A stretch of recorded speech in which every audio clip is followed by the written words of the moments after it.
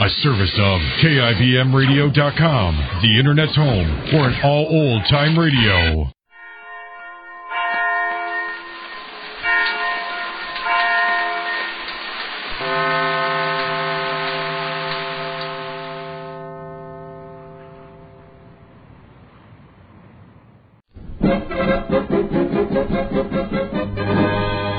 Jerry of the Circus.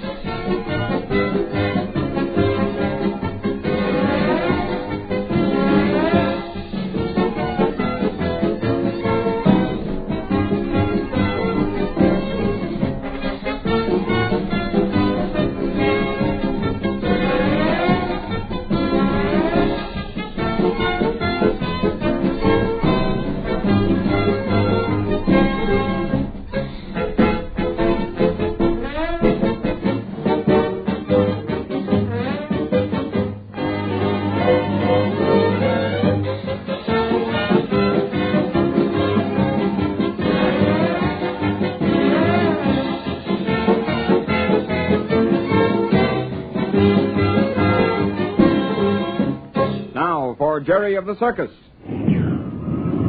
Boy, it's lucky we didn't land in that lake back there. Yeah, if we can only make that field now. I think I'd better call to him and tell him. No, Jerry, he's got his hands full enough as it is. You know, he told us not to talk. But what if he hasn't seen that field? Well, if we saw it, he did. His eyes are trained for seeing those things. Boy, that gaseer smells strong. Hey, look, Jerry, he's heading for it. We're going to make it. Brace yourself as much as you can and hold on tight. Okay, don't you worry about us. We'll be okay, Jim. Say, this is plenty exciting. We're certainly getting our money's worth. Hold on. Here we go.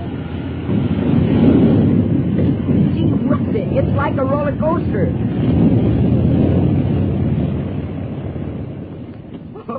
Woo, boy, that's your riding them. You okay, Bum? Well, I'm not sure. I'll know in a minute. Well, fellows, that was a pretty narrow escape. You all right? Sure. Say, I wouldn't have missed this for anything. What happened? The gas line broke. Didn't you smell the gasoline? I'll say we did. Well, that's a dangerous thing to have happen, isn't it? I'll say. That's why I had to stop the engine. The spark had caught, we'd have exploded in midair. Lucky you found a place to land. Sure made a rough landing field. Say, how are we going to get back? Well, that's what I'm wondering. I can fix up the gas line in a jiffy, but I'm not sure there's enough gas left to take us back. But we got to meet that passenger plane that's coming in, don't we, Bum? Well, we'd like to, of course, but the main thing is to get back to the circus in time for the show tonight. Good night. You don't think there's any danger of our getting stranded out here, do you? I hope not. But I better take a look and see how much gas is left in the tank. Looks like we're in the middle of nowhere. There's not a house in sight, nor a highway, nor... Hey, I wonder where we are, anyhow. Near Tiger Lake, if that helps any. Say, Jim, are there any roads near here? I'm afraid not. The main highway comes in on the other side of the lake. This part of the lake never has been built up. What about the gas, Jim? Enough to take us back? It's pretty low. Well, there ought to be enough to take us in, but it'd be a little risky to try it. Mm-hmm. Any idea how far we'd have to walk to get help? No, I haven't. We might wander around for a couple of hours before we could find anyone with a car or phone. Say, we just got to get back for the show tonight. I'm certainly sorry. Oh, we know it's not your fault. These things will happen, you know. The only thing is to figure some way to... Say, listen, if we were lucky enough to find a car or be able to send for one, how far is it back to town? At least 25 miles. I thought you said Tiger Lake was only 10 miles from the airport. Sure, as the crow flies. But that lake is 3 miles across, over a bad dirt road that winds in and out for miles. 3 miles? Ha! I got you there, Bumps. You bet it was less than 2 miles across. Looks like I get your dessert at dinner tonight. That is, if we get any dinner. Gee, you're right. I forgot for a minute. Looks like we're in a bad spot, Jim. Yes, I'm afraid so. Are you willing to try to make the airport? That is, if you can fix up the gas line all right? Oh, sure. As for the gas line, I can fix that in no time. Okay. You do that, Jim, and we'll go with you. You will? Sure. Well, I don't think there's any real danger, but I never like to take a risk when I'm carrying passengers. Listen, circus folks are used to taking risks. Well, if you two feel like that, I'll get right to work on this faulty gas line. Hey, can I help? No, thanks. And I'll tell you what. I'm certain we can get back across Tiger Lake. If worse comes to worse, I'll find some place to land near the highway, so you'll be sure of getting back to the show by tonight anyhow. Yeah, that's the ticket. I knew we'd get out of this somehow. Yeah, and we might get back in time for dinner and the extra dessert, too. Luckily, this is an easy job. The gas holds out to get back in time to meet that passenger plane. I sure hope so.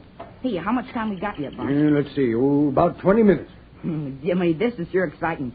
It's lots more fun than just a safe 15 minutes ride to the lake and back. The more difficulties Jerry gets into, the better he likes it. Sure, even if it is kind of scary at the time. It's fun. Of course, if things come out right. Gives you something to talk about for the rest of your life, huh, Jerry? Yeah, I guess so. Well, folks, that's that. You mean she's ready to go? Sure. I told you it'd only take a second. Sure you both want to risk it? Oh, positive. Of course. And if it weren't that we're going to meet Spike, he's a friend of ours, I wouldn't mind much if we had to come down alongside the highway. Well, I must say you're a glutton for punishment. Well, you better hop in. All right. We're going to meet that plane. We better get started. Okay, we're ready. Now, I warn you, when we taxi off, it's going to be pretty rough going, so hold on tight. It can't be much worse than it was coming in. I hope not. All right?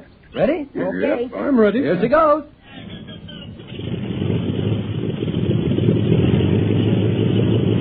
We're off. Boy, that's better.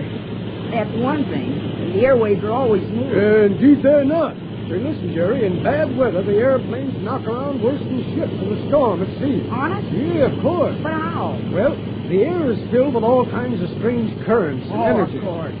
Funny, I guess I never thought much about it. And then when a plane hits what they call an air pocket, well, those are the things that cause rough airplane sailing.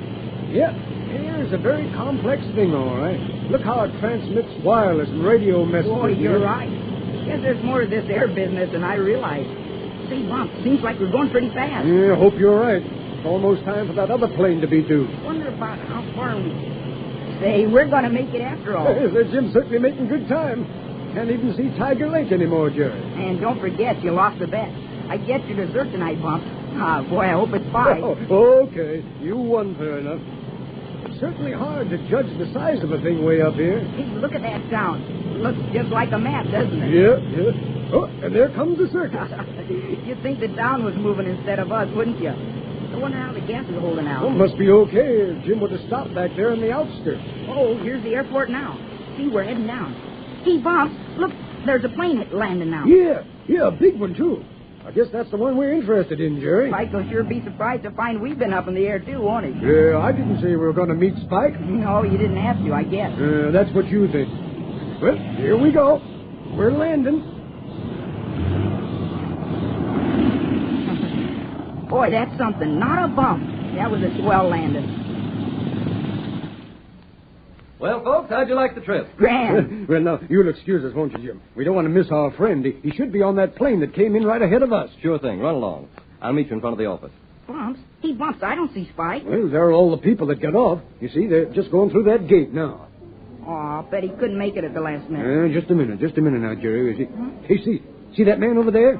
The one that's looking around as if he's expecting to find someone? It isn't. Oh, Bumps, it's Uncle Dan. Uncle Dan! Hey, Uncle Dan! Oh, so you were surprised after all. Huh? Hey, Dan! Here we are over here. Uncle Dan! Jerry, Uncle Dan! Bumps. Well, so you did come down to meet me after all. Oh, Uncle Dan, gee, I didn't know you were coming. Thought you could keep your uncle in a hospital all summer, eh? But I had no idea you were well enough yet. Oh, gee, I'm sure glad to see you. Well, Dan, you're looking fine. And fit as a fiddle. I tell you, Bumps, it won't be long before I'll be my old self again and be ready to head for the jungles on another expedition. Jiminy Willikers, and I was so sure I knew who was coming. I gotta hand it to you, Bumps, for keeping up the secret. Well, what do you think of me for a surprise? I tell you, it's the grandest surprise I ever had. Well, Dan, I guess we'd better be heading for the circus. Oh, you got your bags? Porter took them up ahead. Say, how come you folks were out here on the field? I was looking all over for you over here. Gee, we haven't had time to tell you. Bumps and I have been up in a plane. No. Well, now that's exciting. You haven't heard half of it yet. We had an accident. What? Yeah, didn't we, Bumps? Well, a lucky accident, if you could call it that. The gas line broke. And we had to make a forced landing in the rockiest field you ever saw. Yeah, fortunately, we had a competent pilot. Yeah, and we weren't so sure whether there'd be enough gas to get back here on, but there was. Jerry, not so bad. I never saw anyone so excited. Say, who wouldn't be? What with an airplane ride and an accident and an uncle popping up all in one day? I'm pretty well keyed up myself, Dan. Now then, what about you? That business of being an hour later. What happened? Well, I can't be outdone. It's been an exciting day for us, too. You see, when we hit those mountains back there were some electrical storms, You and mean thunder and lightning? Yes, sirree. And I tell you, Jerry, you want to get right up into all that lightning to really appreciate it. Say, that must have been dangerous. Well, I suppose it was. But it was so beautiful with all those black clouds flying around and then those huge streaks of lightning, as if the whole world were cracking open. Was the thunder louder up there? Now, the funny part of it was we were a little above the storm, and most of it seemed to be around or below us. You mean the thunder was below, too? Yes. You should have heard it reverberate in those mountain passes. Well, it's mighty fine to have you here safe, Dan. And now then, shall we take a cab and head back for the circus? We're already late. And we sure don't want to miss our dinner. I don't anyhow. I got an extra dessert coming, thanks to Bumps.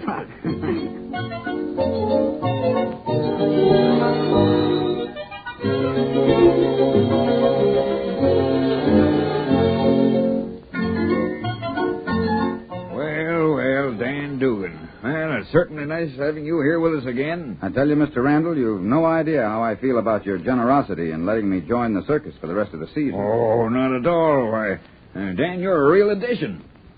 Listen, Mr. Randall, I want to make this one thing clear, once and for all, that we'll never bring it up again.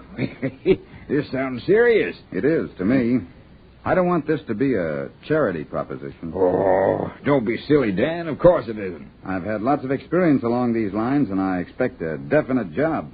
I want to keep my self-respect by being of some real use to your outfit. Well, I'm sure you will be. Good. Then what are my duties? well, let's see.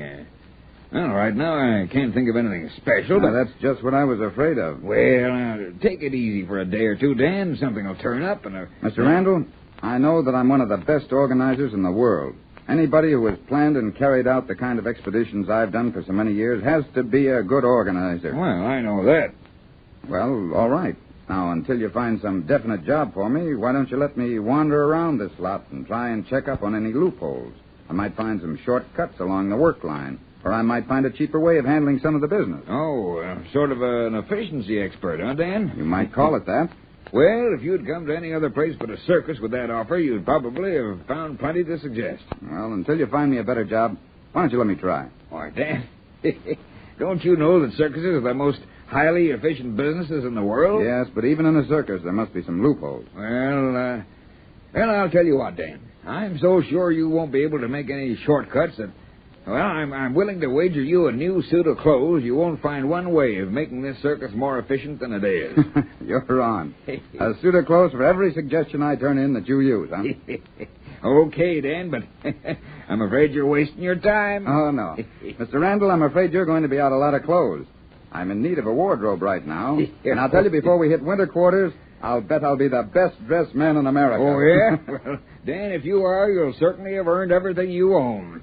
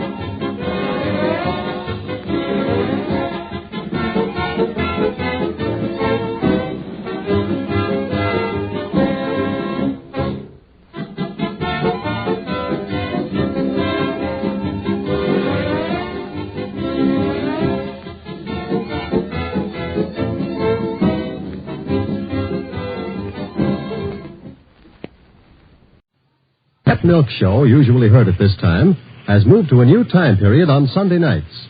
Be sure to hear Larry Douglas and Kay Arman on the new Pet Milk Show tomorrow night on NBC.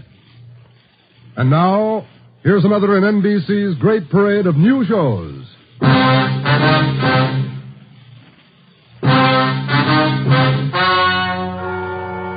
Gentlemen, the story you are about to hear is true. Only the names have been changed to protect the innocent. NBC brings you Dragnet.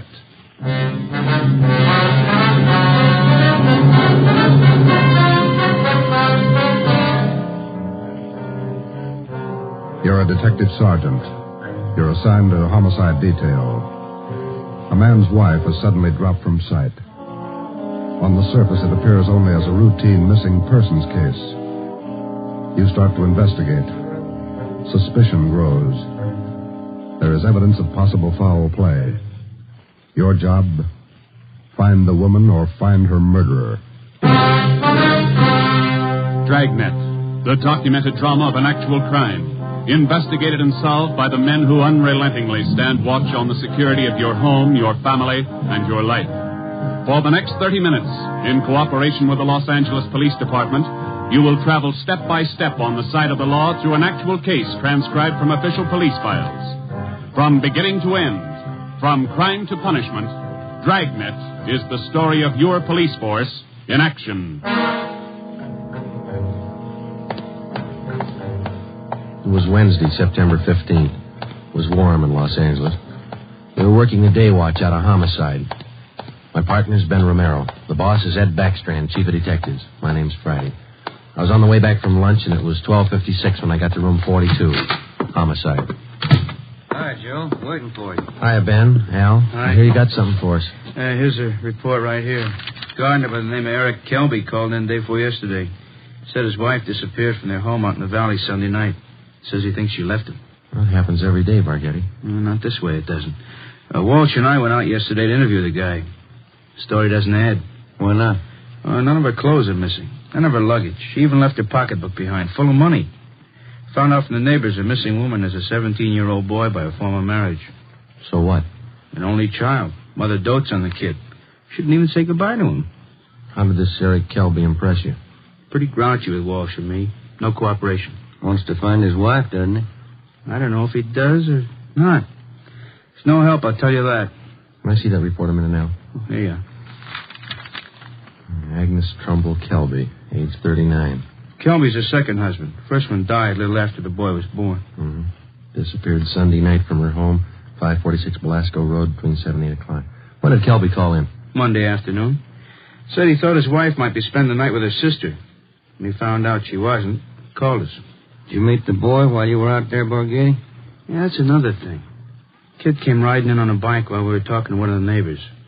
Trying to talk to him, but the old man came out, hustled him inside the house. Then he starts eating us out. What'd he say? Told us it was our job to find his wife, not to go prying into her stepson's affairs. Well, that's a new slant. How about her friends and relatives around here, Al? Any besides her sister? Walsh located a couple of her aunts. I don't think he's checked them yet, though. I'll tell you, boys, this is one I'll bet on. Maybe. You got the names of Mrs. Kelby's relatives? Oh, yeah. They're right over here. Sure wish we had a chance to talk to that boy. Yeah. How's it feel to you, Ben? I don't know. Notice anything else funny about the guy, Al? I don't know. Well, here's those names, Joe. Thanks. Kelby was upset, all right. For some reason, he didn't strike me as reacting the way a normal guy reacts when his wife disappears. All right, Al. How would you react? Barghetti's worrying again. Oh, now listen, boys. It's no fooling matter. This is one I'll bet on. It's a homicide. All right. How about a copy of this report? Yeah, where'll I get the phone? Missing persons, Barghetti. Who's that? Oh. Yes. Yes. About what? Oh, sure. All right, sir. 4 o'clock. Yeah. Goodbye. That was Kelby's stepson. What do you want? Thinks something's happened to his mother. In police work, missing persons detail is not a department separate in itself. It is organized as a part of the Homicide Bureau. According to Barghetti, who took the call, the boy said he suspected his stepfather, and he didn't want him to know of any meeting between him and police officers. He would meet the officers that afternoon at 4 p.m. in a restaurant on the corner of Hollywood Boulevard and Fairfax Avenue. At 3:15, Ben and I left the office and drove out to the meeting place, the Dairyland Fountain and Coffee Shop. We arrived there at 3:45. At 8 minutes to 5, the Kelby boy still had not arrived. Youngster's not very prompt. Well, let's wait a little while longer. Yeah. Smoke? Yeah, thanks. Want some more coffee? No, thanks. Well, I guess the boy isn't going to show. Think something's happened? 15 minutes after we left the coffee shop, we drove up in front of the gate of the Kelby Nursery on Belasco Road. The house itself was set well back on the property, which covered about 4 acres. The entire nursery was surrounded by a 6-foot steel wire fence, and it looked like almost every available foot of ground inside was planted with some kind of a flower or shrub. Kelby met us at the gate. Yes? What do you men want? Police officers. Are you Mr. Kelby? Yes, what do you want? Well, if you'll shut those dogs up for a minute, we'd like to ask you a few questions. I'm busy now. Can't you come back tomorrow? Pretty important, Mr. Kelby. I think we better talk right now. All right, if you have to. Red, Giant, down. You two, Honey. Quiet. All right. Now, what do you want? Mind if we come inside? These watchdogs of mine are pretty vicious. We can talk here at the gate. All right, Mr. Kelby. This is Sergeant Romero. My name's Friday. We've been assigned to look into your wife's disappearance. Oh. Did you find anything yet? Nothing definite. Maybe you can help us. Would you tell us exactly what happened the night your wife disappeared? What do you mean, what happened? Well, when did you last see her? When you first noticed she was gone? We finished up Sunday night dinner about 7 o'clock, and I laid down for a nap. Agnes went out on the front porch for some air. I woke up a little before 8 and went outside to look for her. She was gone. Nobody saw her leave, Mr. Kelby? Not that I know of. Maybe some of our nosy neighbors, I don't know. How about your stepson? Wasn't he around Sunday night? Bruce? No, went out to a show. Some other kids. When did he get back from the show? About 10, I think. Why? Where's your stepson now? Who are you looking for, my wife or my stepson? Both, Mr. Kelby. Where's your stepson? Gone. I took him over to my sister's in Alhambra. Been feeling bad since his mother disappeared. Figured the change would do him good. When did you take him over to your sister's, Kelby? This afternoon. What's that got to do with it? We'd like to talk to Bruce. No, I can't allow it. The boy's too upset. I can't allow it. I'm afraid you're going to have to allow it. Listen, mister, you can get off this property right now. No cop's giving me sass. Nobody's giving you sass, Kelby. We want to talk to your stepson, that's all. He might give us a clue as to the whereabouts of your wife. And I say you can't see the boy. What's more, you cops couldn't find thorns in a rose patch. I'll get somebody else to look for Agnes. It's my business anyway, nobody else's. It's our business, too, if anything's happened to her. What are you talking about? You better get your coat, Mr. Kelby. We're taking you in for questioning. You come through that gate, and I'm going to let these dogs go, accidentally. I'd hate to shoot the dogs. Now go on in the house and get your coat. Eric Kelby turned and made his way up the path and into the house. 5 minutes later, he came out. Without a word to either of us, he came down the path, closed the gate behind him, and got into our car. On the way back to headquarters, he chatted pleasantly about the weather, the nursery business, and his dogs. When we pulled up in front of the city hall, we met the reason for his sudden change in temperament. His lawyer was waiting for us at the door. We took Kelby to one of the interrogation rooms.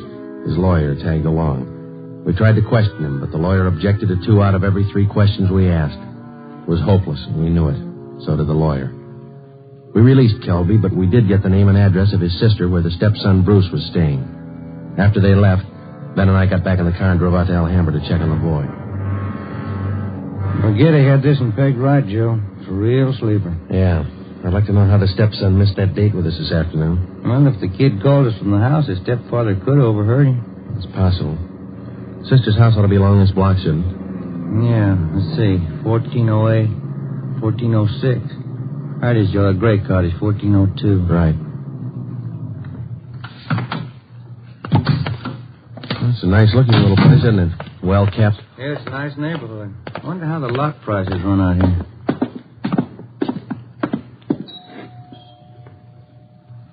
Somebody's coming. Yes, what is it?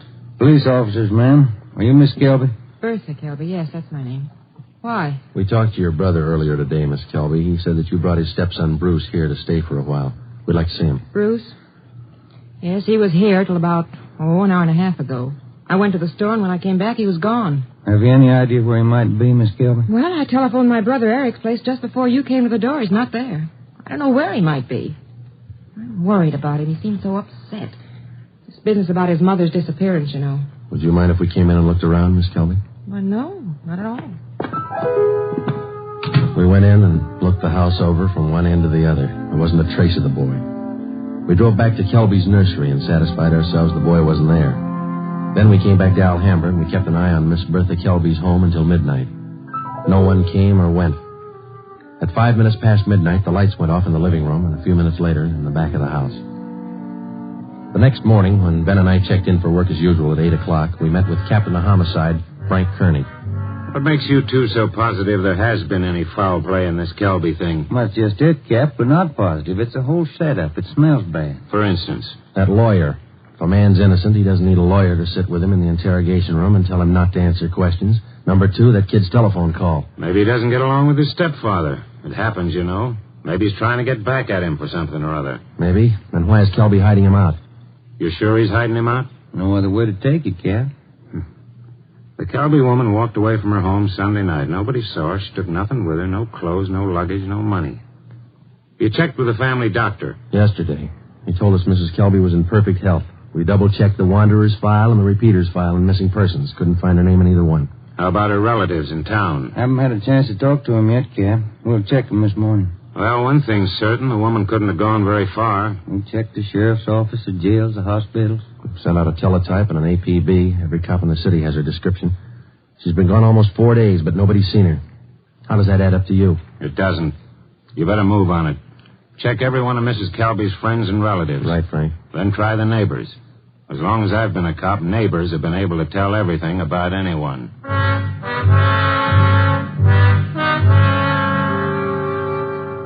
All that day, Ben and I made the rounds. First stop was the Western National Bank, where Mrs. Kelby maintained her account.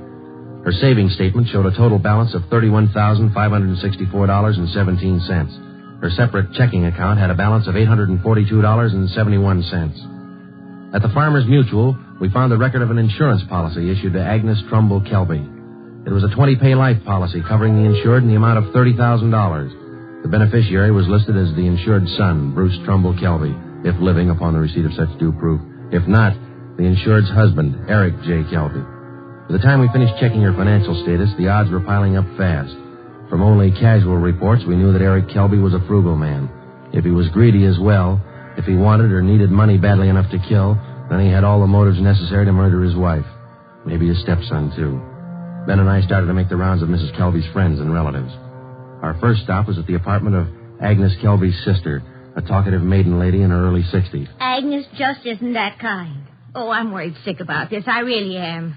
And Bruce, the poor lad, he must be heart sick. And Eric, what does Eric say about all this? He says he thinks his wife left him. Left him? Why, that's ridiculous. How strange. Can you think of any good reason why your sister would leave Mr. Kelby? Why, no. They had tiffs, of course, small ones. But, of course, there was that argument about Bruce. The two of them always seem to be arguing about Bruce. How do you mean, ma'am? Oh, well, raising the boy and all, you know. The last time I talked to them, they were tipping about whether or not Bruce should be paid for working in the nursery for Eric. And the strangest thing, Eric seemed to be so upset about it all. Imagine. All on account of paying the boy a few dollars for good, honest work in that silly nursery. Well, you know, I'm the outspoken kind, and I just told Eric. Eric, I said, don't be an old meanie. Pay the boy. That was the extent of the information which Mrs. Kelby's sister had to offer. Next, we called on an aunt, Mrs. James D. Trumbull, 83 years old. She could hardly understand our questions, let alone answer them. She hadn't seen her niece, Agnes, in a year. After that, we paid a visit to one of Mrs. Kelby's friends, a Mrs. Lillian Humboldt. Well, I'm sorry, Sergeant, but I can't think of any good reason why she would leave him. Unless that silly business about Bruce got out of hand. You know, maybe Eric is just a little jealous of the boy. Next, we called on Daisy McLeod, who worked as a day maid for Mrs. Kelby. Officer, what Mr. and Mrs. Kelby thought, what they said, what they did, it's none of my business. I come in the morning, I do my work, I do it well. I'm not the nosy type, and I don't pry. I take half an hour for lunch, and when I'm through, I take my pay, and I don't expect tips, and I take the bus home. I'm not the peeking through the keyhole kind, sneaking around corners listening. But what I couldn't tell you about that man. Exactly what do you mean, Miss McLeod? Oh, he's a hard man, you know. They're always arguing about the boy. Bruce this, Bruce that. He's a nice boy, I think. He's never done anything to me. Oh, but the arguments. Him and her all the time. Should the boy be paid for working? Shouldn't he? Why? Why now? It's just... When Ben and I finished with a list of Mrs. Kelby's friends, relatives, and employees, we started out on the neighbors. None of them saw Mrs. Kelby after 6 p.m. the night she disappeared. 2 of the neighbors said they saw the porch light burning after 7 p.m., but both said the porch was empty. Mrs. Kelby was not sitting in her chair at the usual time after dinner. According to them, that was one of her habits. It was 10 minutes to 6 by the time Ben and I got back to the office. The light was still burning in Captain Kearney's office. Full day, Joe. Not a mighty. Yeah. Wonder what the captain's hanging around for. Let's find out. Get anything? Pretty good luck, Cap. Good. I've got some more for you. Just walked in 5 minutes ago. What do you mean, Frank? Who walked in? Bruce Kelby. He's waiting in the next room.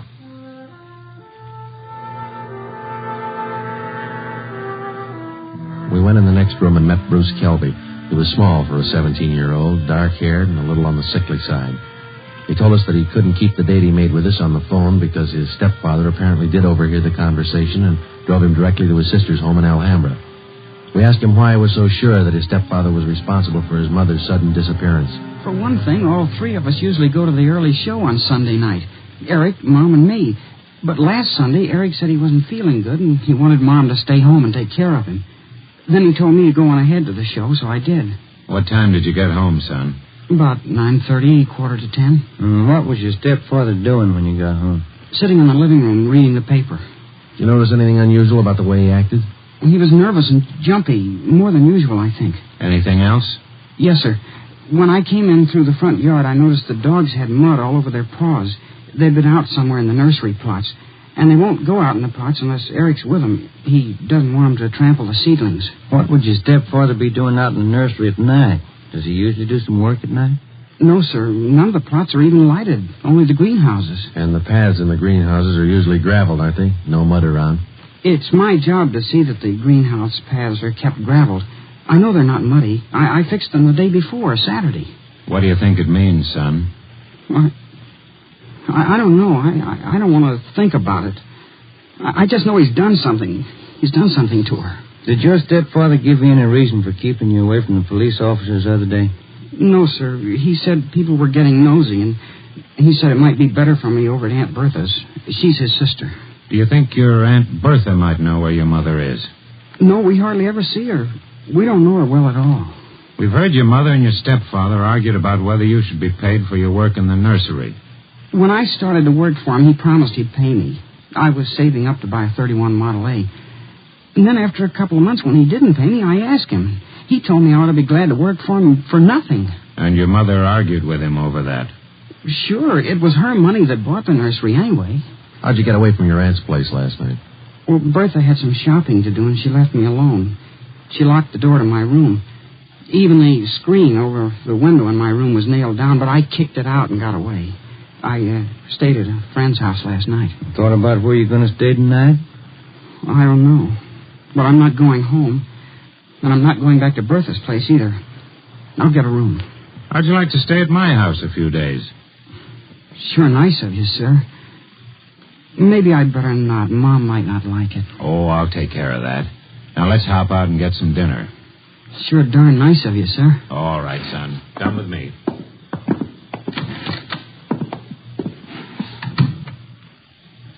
What do you think, Joe? He could be lying. Yeah.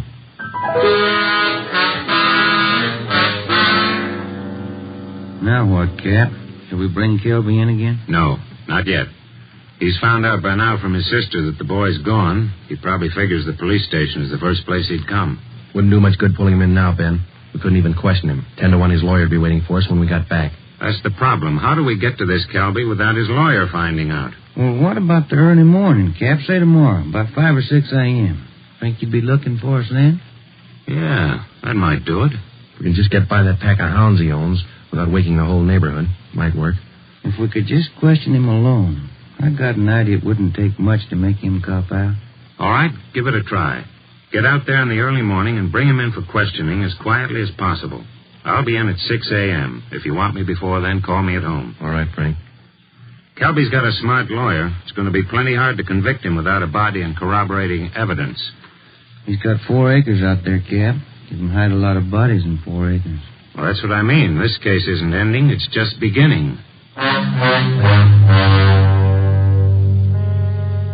The next morning, Ben and I met at the office about a few minutes past 4 a.m. We had a cup of coffee and a donut at an all-night restaurant, and then we started for the Kelby place out on Belasco Road. We took 4 pounds of fresh horse meat with us to keep the dogs quiet if they raised a fuss. It was 28 minutes past 4 when Ben pulled the car to a stop a few hundred feet from the gate to the Kelby nursery.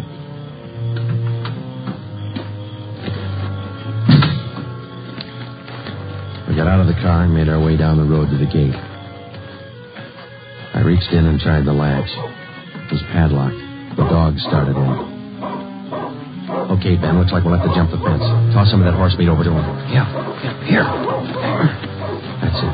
Come on, let's climb. Keep an eye on those hounds. Looks like they could chew your leg off. Yeah. Here comes a third one, Ben. Toss some more meat. Yeah. There you are, boy. Go get it. Go get it, boy. There. Look, Ben, lights going on in the house. Come on, let's make it fast. Who is it? Who's there?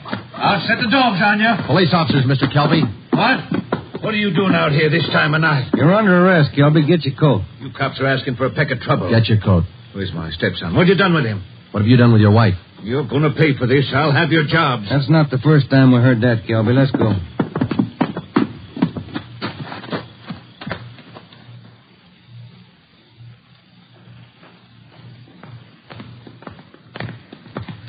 Lights burning in the captain's office. Yeah. All right, Kelby, in here. You pay for this, mark my word. Ben, take him in the office here and stay with him. I'll see if Frank's in yet. Right, Joe. Come on, Kelby, inside.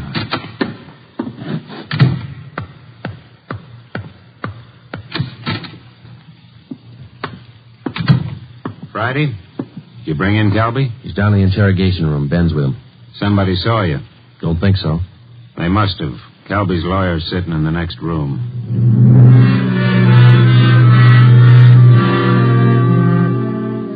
Kelby again refused to answer any questions without the advice of his attorney. We released him.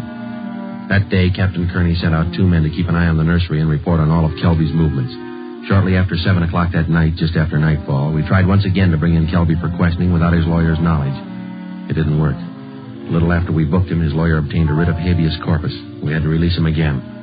The 2 men assigned to stake out the Kelby place reported definitely that somebody was tipping the lawyer whenever unknown visitors showed up at the nursery and drove off with Kelby. There was nothing we could do about it. The next morning, Kearney came up with a lead. I had a long talk with the boy last night. Accidentally, I think he's given us a pretty good lead. Yeah? There's only one way we'll ever get a conviction. That's by finding the body and evidence to tie Kelby in. Yeah, that'll do it. Where do we start looking?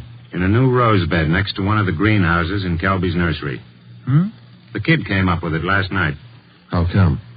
First, Kelby's crazy about saving $1 and making one. Yeah. In the nursery trade, especially where you have a limited area to work in, like Kelby, you cultivate every foot of ground. Every bit of soil you got is planted with something. Mm-hmm. Kelby's not the type to waste anything. Especially he's not the kind that would let ground lie fallow when he could plant something that might bring in a few dollars next season. Bruce tells me his stepfather has every inch of those 4 acres planted. Every inch.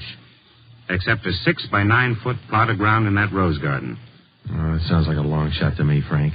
The boy said he prepared that piece of ground for planting late Saturday afternoon. His stepfather wanted it ready for Sunday morning. The plot of ground's still vacant. Might have planned it yesterday, Cap. When's the last time you checked? Before I came to work this morning. I called the men on stakeout next to the nursery. They told me the plot's still empty. It's worth a chance, Frank. When do we look it over? Tonight. I don't want Kelby or his lawyer to know a thing until we find that body. Well, how are we going to work it?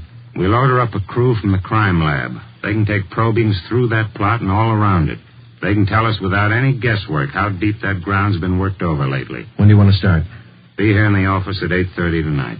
If my hunches are any good, we'll find the body.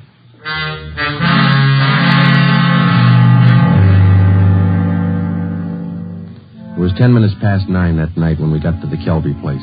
Lieutenant Lee Jones and his assistants, Kearney, Ben, and 2 other men from homicide. The men on stakeout told us that Kelby had left about 20 minutes before in a dark blue coupe. Ben brought along the usual supply of horse meat for the dogs, so we didn't have any trouble there. We found the empty plot of ground in the rose bed next to the greenhouse, exactly as Bruce described it to Kearney. Ground's been worked over all right, boys. At least 4 to 5 feet down. All right, Lee, let's start digging. Romero, take care of the dogs. Watson, grab one of these shovels. Right, Cap. Hey, Gilbert said these dogs were vicious, didn't he? Yeah, why? Look at these hounds. They're no more vicious than a lively colt. Look. Higgins, get that light over here, will you? Thanks. What is it, Lee? Let me see. Teeth. Set of false teeth. Been in the ground long? Don't think so, judging from the shape they're in. How far down would you say you are, Lee? A couple of feet. Ground's real soft. Lee, come here a minute. What is it? Body. Here's the shoulder. All right, you men over here with Watson. Get the dirt off the face. Romero, you got a picture of the Kelby woman? Yeah, Cap. Let's see. Oh, here it is. Thanks. Get the light down here. Hunch paid off, Frank. That's her.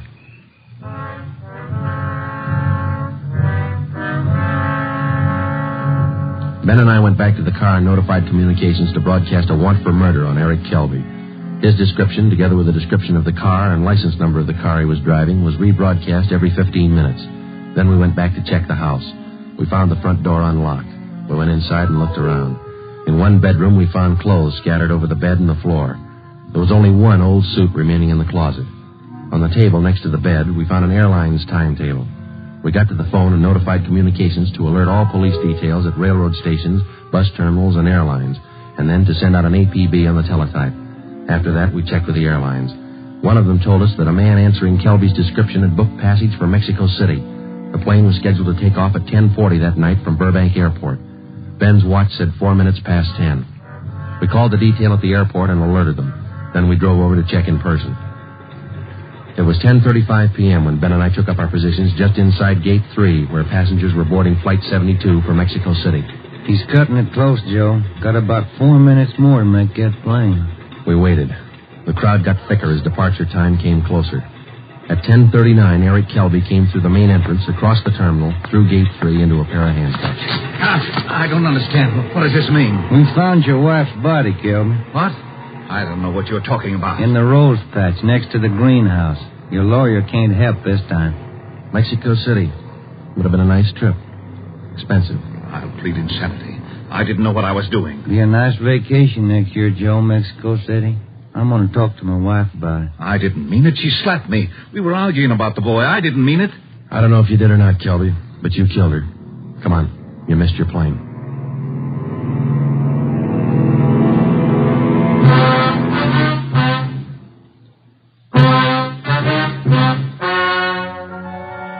The story you have just heard is true.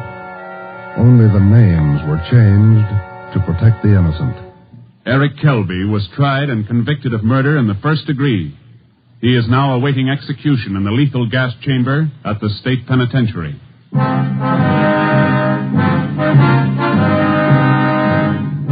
You have just heard the 14th in a new series of authentic cases transcribed from official files. Technical advice for Dragnet comes from the office of W.A. Wharton, Acting Chief of Police, Los Angeles Police Department. Tonight's program is dedicated to William J. Weston, Jr. of the Washington, D.C. Police Department, who on the evening of March 4th, 1945, gave his life so that yours might be more secure.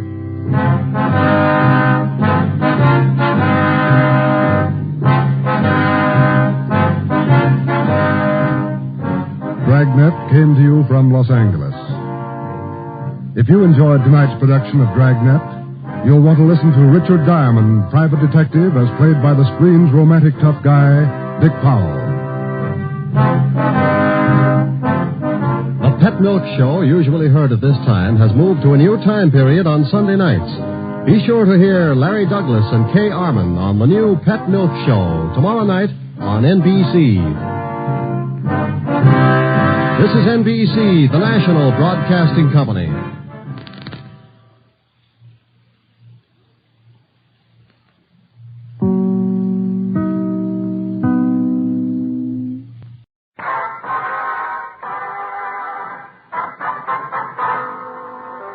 Jell-O presents the Bob Hope Show, transcribed direct from Hollywood with Les Brown and his band of renown. For Jell-O, yours truly, Bill Goodwin. Our singing star, Margaret Whiting. Our special guest, Jack Webb. And here he is, Bob Hope.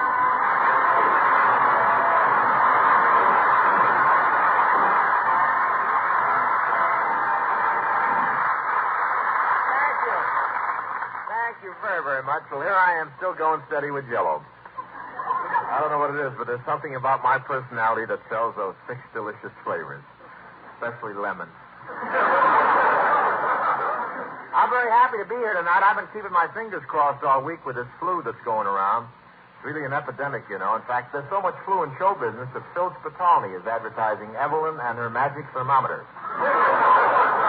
One doctor had so many cases of flu, he rented a helicopter and sprayed Pasadena with penicillin. And Jane Russell's got a slight cold. Doctors came from as far away as Alaska for the examination.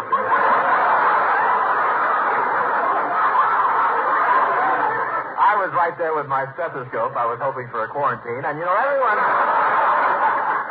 everyone thought Marie Wilson had the flu because she bought a couple of handkerchiefs with her to the studio. But it turned out they were her costume. She gets the flu now, she's really in trouble. And those cold germs are everywhere. On the Lawrence Welk show, that bubbling music is now done with Alka-Seltzer. I tuned in and heard Crosby singing the other night. I'm sure he's sick.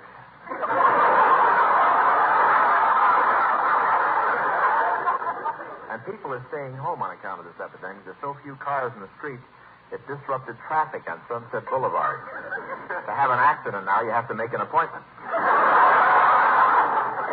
And I hear that Phil Harris is flat on his back. Of course, with Phil, that doesn't necessarily mean anything. It could just be hardening of the old Forester. Phil Harris really does have an ailment, you know. He has termites. He got them from breathing in too much sawdust. I got the sniffles and rushed to Hollywood Hospital last night, and I must have gotten in the wrong entrance. At 3 a.m, a nurse woke me up and said, "Congratulations, it's the 7-pound boy." But there's one sure remedy for flu. You drink a glass of hot lemon juice while breathing into a paper bag with a belladonna plaster on your back, and at the same time you inhale menthol in your nose while you keep your feet in a hot mustard bath. On second thought, it's easier just to go.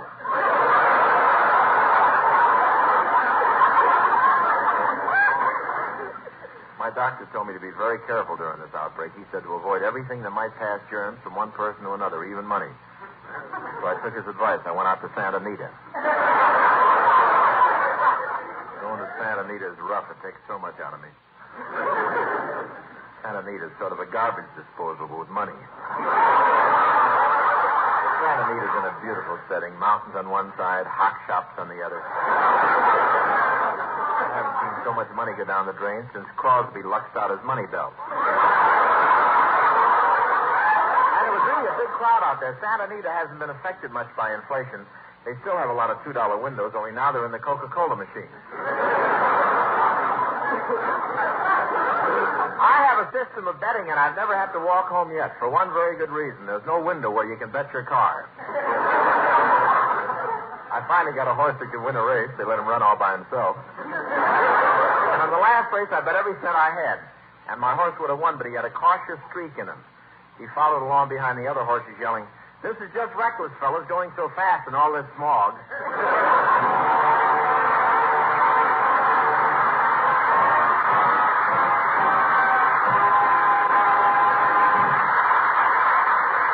Don McNeil. Say, Bill. Yes, Bob. Bill, what's that string tied around your finger for? String? What string? Oh, you mean this one here? That's to remind me to ask the folks in the audience a question. Oh, what's the question?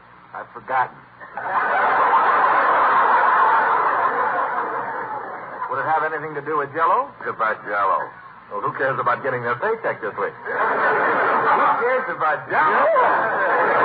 Everybody cares about Jell-O, Bob, and I'll tell you something that folks like extra special. And that's those wonderful Jell-O salads. Which reminds me of my question, and that is, folks, have you served a Jell-O salad? Now we're going.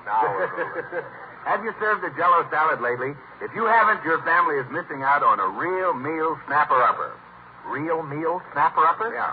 Bill, what kind of language is that? What you mean is that the crisp, refreshing flavor of a shimmering Jell-O salad is just the thing to add that piquant, delicate touch that transforms a run-of-the-mill dinner into a gourmet's delight.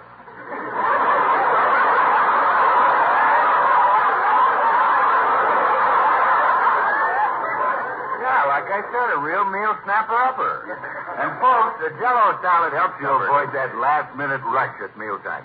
Make it in the morning, set it in the refrigerator, and forget about it. And then when dinner time rolls around, there's no fuss or bother required. All you have to do is set that cool, colorful Jell-O salad on the table and let the family do the rest. Yeah, and gals, you'd better get your own share early, because take my word for it, once the kids get at that Jell-O salad, man, it goes. Well, they eat it all, huh? And Bill, my kids even eat the shimmer. Well, take a hint, gals. Make a Jell-O salad for your family tomorrow.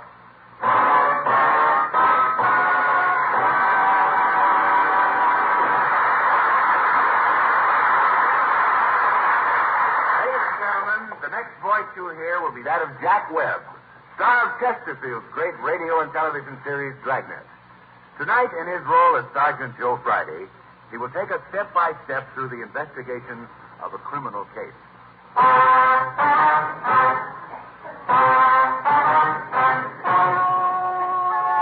It was Monday, January 20th. It was cool in Los Angeles. Top coat weather. I was working a day watch on a homicide. My name's Friday. The boss, Captain Kresnik, told me to expect a new partner. I don't know too much about this officer. He's just been transferred to the detective division. Supposed to be a hot shot. Now, we'll see. 9:40 a.m. The door opened. Anyone for criminals? Who are you? I'm Officer Hope. Captain Kresnik told me to report here. Are you Sergeant Friday? That's right. Well, we're detectives. Let's catch a crook.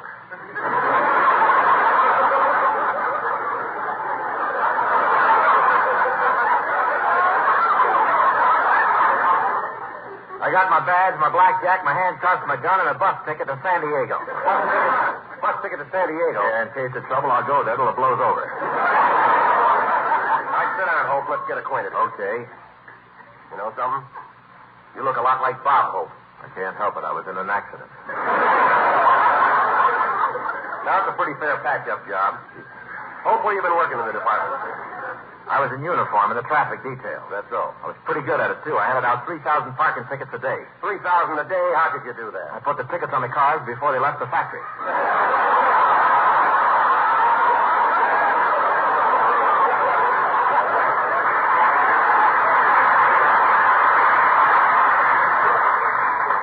Well, it sounds like you enjoy your work.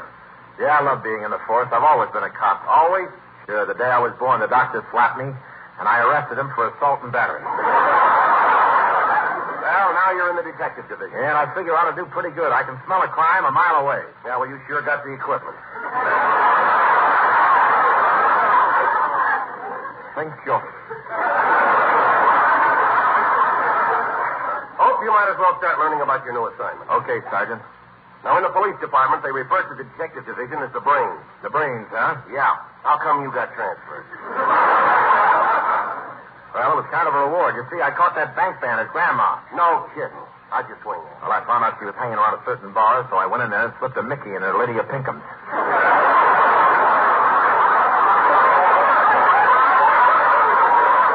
Nice work. It was a real struggle taking her in. I got hurt. You did, huh? Yeah, I backed into one of her knitting needles. When I was questioning her, I had the feeling she kind of went for me. Yeah, you'd make a lovely couple. Well, I'm all through with romance. What's the matter, no girlfriend? I had a girl, went steady with her. For 3 years, we were never out of each other's sight. In love? No, I lost the keys of the handcuffs. Look, Friday, what are we sitting around here for? Let's get on a case. Let's go somewhere and snoop. All right, take it easy. You'll get your chance. I'm ready to. I've been practicing my jujitsu. Pretty good at it, huh? Good, I'm perfect. I even invented a jujitsu hold of my own. It's unbeatable. No matter what you try to do to me, I can throw you over my head right into that corner. Go ahead, make a pass at me. I'll show you. Okay, here I come.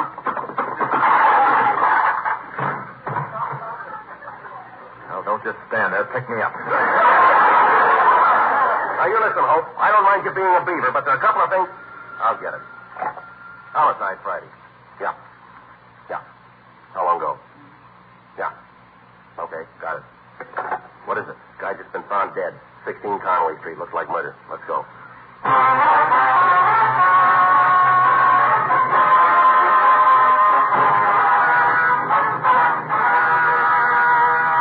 10:16 a.m. Hope and I got a car out of the police garage and headed for Hollywood.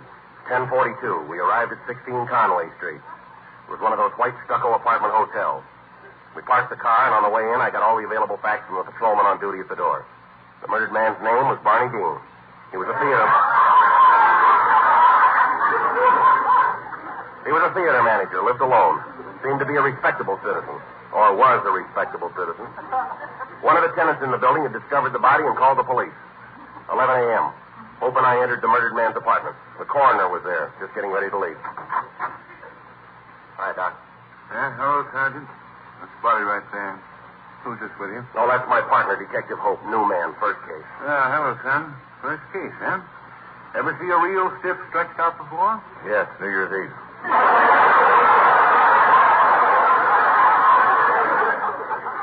Who was it?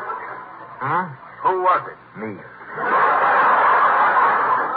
Say, Doc, any idea of the cause of death? Well, he was struck from behind with a blunt instrument, causing the collapse of the posterior section of the cranial cavity, cutting the vascular system and splintering the medulla oblongata. I'd like to see the Blue Cross plan fix that.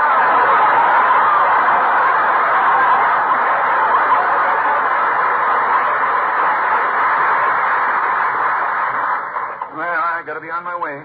Good luck with your first case, son. Thanks, Doc. And if you're ever down at the morgue, be sure and drop in. Okay, and if you're not there, I'll lie down and wait for you. So long, Friday. Man, I wouldn't have his job for anything, fooling around with stiffs at the morgue all day. Yeah, same thing when he gets home. He lives in Pasadena. Hey, Friday, I got a feeling about this case. I think that guy laying there on the floor was leading a double life. Respectable theater manager half the time, hoodlum the other half. Are you kidding? No, you can never tell. Just last week, the FBI picked up an innocent-looking guy who had a terrific racket. What was he doing? Smuggling Democrats into Washington.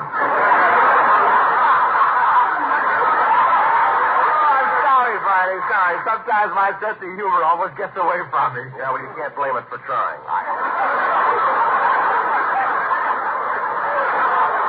All right, we got work to do here, Hope. Grab this tape measure and take some measurements. I'll write them down. Right. Here we go. Distance from body to floor, 11 feet. 11 feet.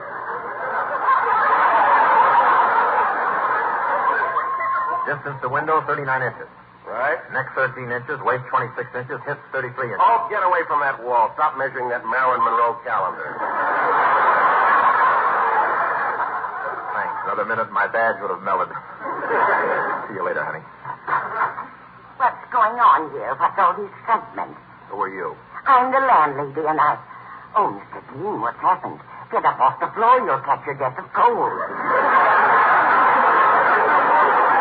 Look, lady, we're afraid there's been some trouble here. Mr. Dean is dead. What? Well, don't just stand around. Do something. Call the automobile club. All right, now calm down, ma'am. We're police officers. We'd just like to ask you a few questions here. Police officers? That's right. I'm Sergeant Friday. This is Detective Hope. How do you do? Oh, I've seen your face before. Have you been in an accident?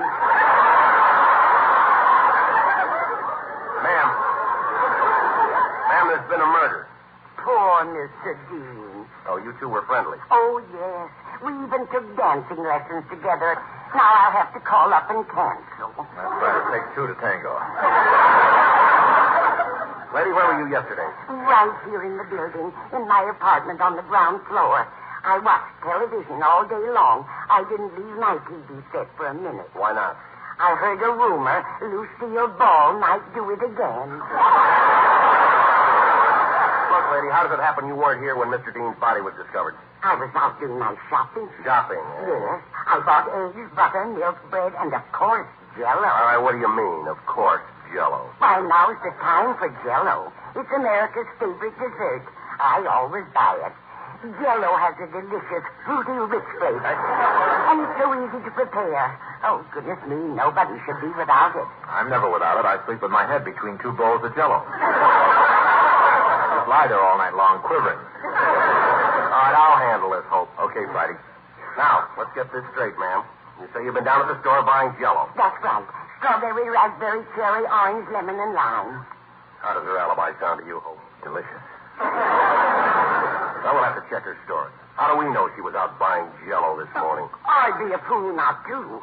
After all, Jell-O is such a delicious, delicately flavored dessert, and so colorful. You can make wonderful salads with it. And what's more, Jell-O is economical. You save money when you buy Jell-O. How about this, a long-playing landlady? Are you taking notes on this, Hope? Sure, I've got 3 pages full. All right, let's hear them. Okay, here's page 1. Remind Dolores that now is the time for Jell-O. Page 2. Try Jell-O salad for Saturday lunch. Page 3. Get new combination lock for the Jell-O cupboard. A new combination lock? Yeah, the other night I found one of the kids standing by the Jell-O cupboard sandpapering his fingertips. Oh, you're some detective. Hope you'll never learn how to catch a crook. No, but I sure know how to hold a sponsor. All right, come on now. Let's get on with this investigation. Lady, so far all we have is your word that you were out shopping this morning. That's not good enough. Can you prove that? Why, sure. I've got the proof right here in this shopping bag. Now, let's see it. There. Yeah, looks like Jell-O to me. Looks like money to me. That's all, ma'am. We won't need you anymore. Thank you. Bye, Mr. Friday. Bye. Bye, Mr. Hope. Goodbye. Bye, Mr. Dean. Don't wait for an answer. There's a nice old character. Yeah, a real cool Grandma Moses.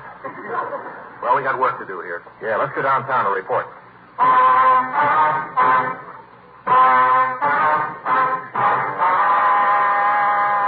January 25th. 5 days went by. No break at all. Every decent lead washed out. 1 p.m. Captain Detective Kresnick sent for us. Hope and I walked down the hall to his office. Well, looks like we're stuck. Yeah. Tough case. Yeah. Develop anything in those runs you made over at the lab? Not much. I processed the M.O. of the DOA without getting a make. Then I ran a 184 through the LP file and tried for a COA on the PD. What does that mean? I was hoping you knew.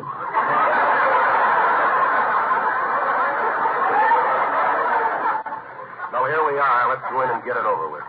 Come in. Captain? Well, Friday, Hope, what about it? 5 days have gone by. You haven't made any progress. Now, this case is a Lulu. Not one decent lead. Well, there was some evidence. What about the fingerprints found on the scene? They turned out to be Officer Hope's, sir. There were some footprints. Officer Hope's, too, sir. And a handkerchief. Officer Hope. Well, what about the pretty blonde girl in the silk wrapper across the hall? Well, I'm not on duty all the time, you know. Well, we'll keep trying, Captain. Just give us a few more days. We'll break the case. We've got to have action. The pressure's on. Yes, sir? The mayor's on the commissioner's neck, the commissioner's on the chief's neck, and the chief's on my neck. If the top man can juggle, it's a wonderful act. All right, let's go, Hope.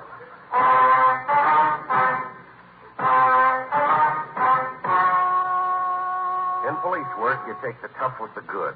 This case was one of the tough ones. But just when it looked bad, we got a break.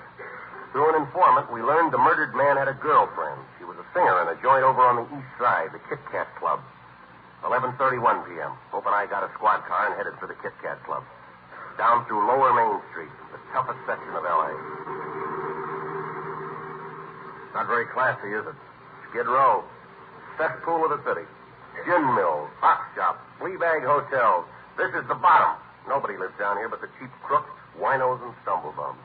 Would you mind stopping at that next house? What for? I want to see if I got any mail today.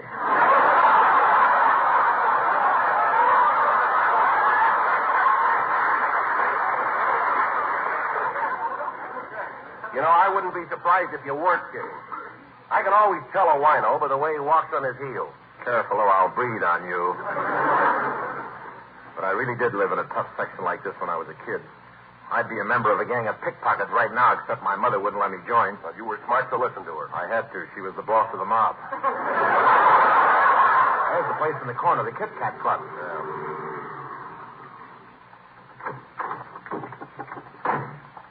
Now, watch your step in here. There may be fireworks. Don't worry. Let's hope to have a steady eye. My grandfather used to shoot a hole through the ace of spades at 100 yards. Well, that's pretty good. It's the best that's ever been done with chewing tobacco.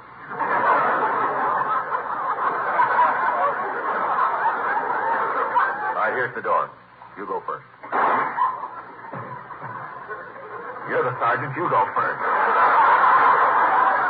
All right, come on. Hey, mister, you the manager of this place? That's right. Oh, officers. So step up to the bar. I'll pour you boys a drink. Oh, no, thanks. No, thanks. No, thanks. Well, just a little one.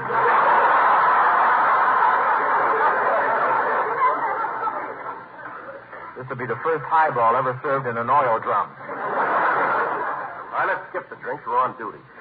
Kind of a tough joint you're running here, mister. It's the best around here. Drinks are only a dime. We serve free sandwiches. And every time someone's shot in here, we pay their funeral expenses and $10,000 to the widow. How can you afford to do that? We're a subsidiary of General Motors.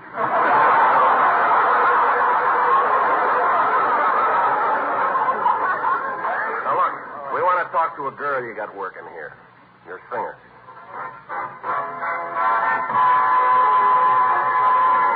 Hey, Miss Whiting's about to do a number. All right, we'll sit at one of these tables and wait till she's finished.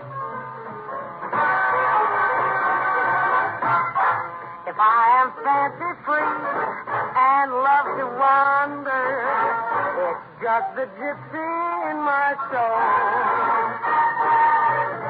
There's someone calling me from way out yonder. It's just the gypsy in my soul. I've got to give vent to my emotions. I'm only content having my way. There is no other life of which I'm fonder. It's just the gypsy in my soul.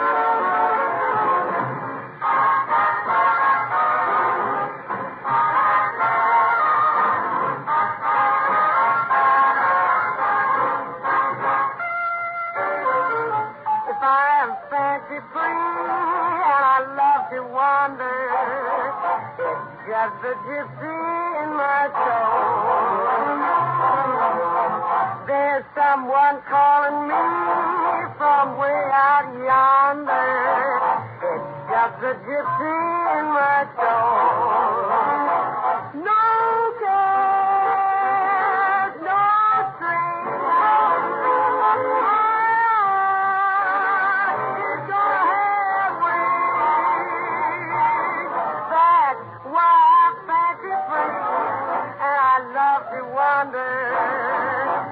just the gypsy in my soul, in my soul. It's just the gypsy in my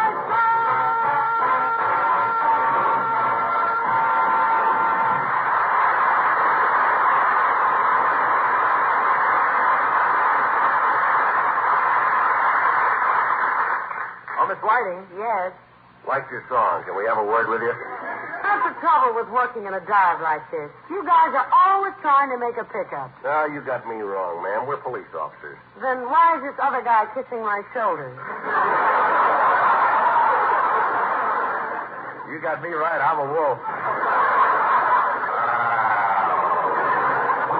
I'd like to ask you some questions, miss. Mind if we step into your dressing room? Come on. It won't take long. I'd like to change my clothes. Go right ahead. Don't mind us. Sorry to inconvenience you, ma'am. We're investigating a crime. That's right. I want to ask you a straight question, and I want a straight answer. Yeah. Where were you Thursday night around 11 o'clock? I was shooting pool with some of the boys. Not you! It's none of your business where I was. How old are you? 22. 22. According to our records, you have a son 19 years old. I married young. Glad to know you. I'm from Tennessee, too. Well, I don't know what this is all about, but I assure you I have nothing to do with it. Oh, yeah, I wish I could believe that, sister. You got a record as long as my arm. In 1946, you were arrested for rolling a drunk. With my boyfriend, and he wasn't drunk, he was plastic. The charge says you were rolling them. The only way I could get him home. I think we're making a mistake, Sarge. She's just a sweet kid. She can't be mixed up in this. Are you kidding? 16 stolen cars in the last 5 years, 4 mink coats, 5 diamond wristwatches. Why, this dame will go for anything that's fast and loose. She will? Stay right here, baby. I'll go home and get my straw hat and send cents.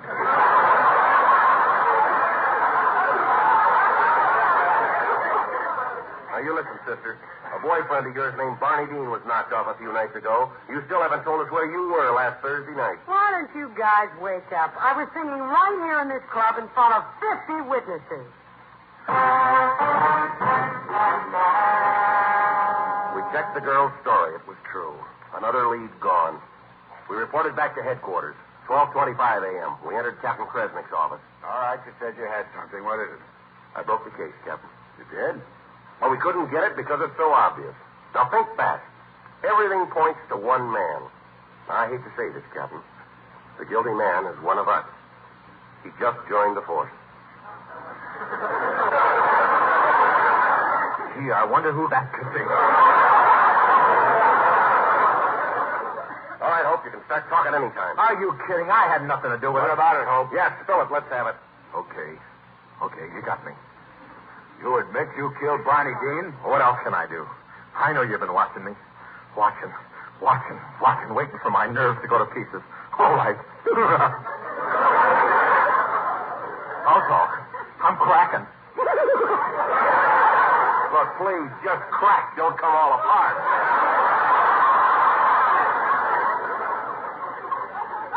Sorry, I didn't mean to be messy. Hope, how did you know Barney Dean? Well, he was the manager of the Paramount Theater where our new picture, The Road to Valley, is playing. I have to kill him. Why? Because he did a terrible thing. What? He did a horrible thing. Well, what was it? An awful, unforgivable thing. He deserved to die. Oh, stop this, Hope. What did he do? On the marquee of his theater, he put Crosby's name ahead of mine.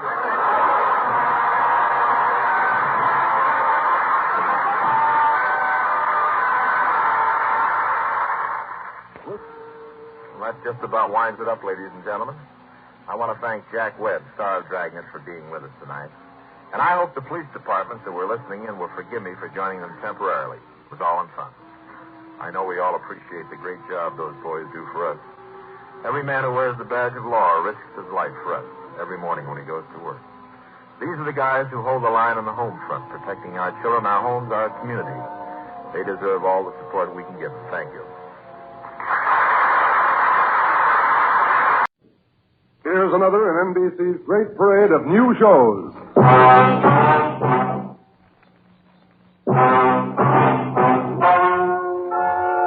Ladies and gentlemen, the story you are about to hear is true. Only the names have been changed to protect the innocent. NBC brings you Dragnet.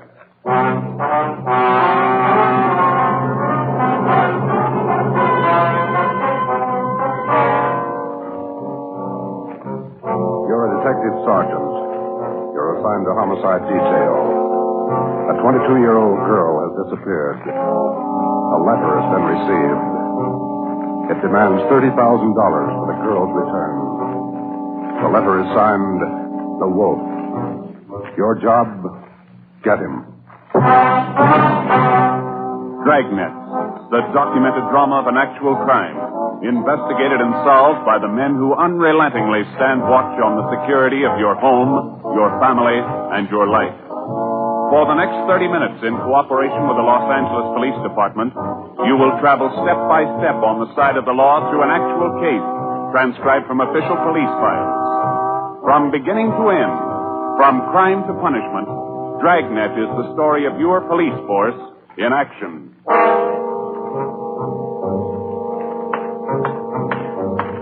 It was Tuesday, October 18th. It was cloudy in Los Angeles. We were working the night watch out of homicide. My partner's Ben Romero. The boss is Ed Backstrand, chief of detectives. My name's Friday. I was on the way back from the stats office, and it was 3:26 a.m. when I got to room 42. Homicide. Got those mugs you asked for, Jeff. Here they are. Thanks, Harris. Backstrand leave yet? In a minute. I'm going out with him. What's the address out there, the Sullivan place? 814 Castro Boulevard. You go straight out Santa Monica, take a left at Castro. I remember. You ready, Chief? Yeah, man. Friday, you call Romero yet? Right now. Get on it. This one we don't fool with. Yeah. Come on, Harris.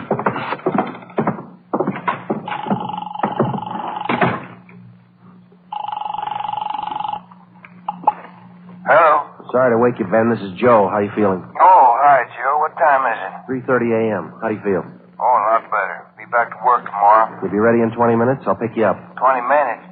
Okay, what's up? You remember Martin Sullivan, vice president of the Third National Bank? Sullivan? Yeah, what about it? He's got a 22-year-old daughter, or he had one. She's gone.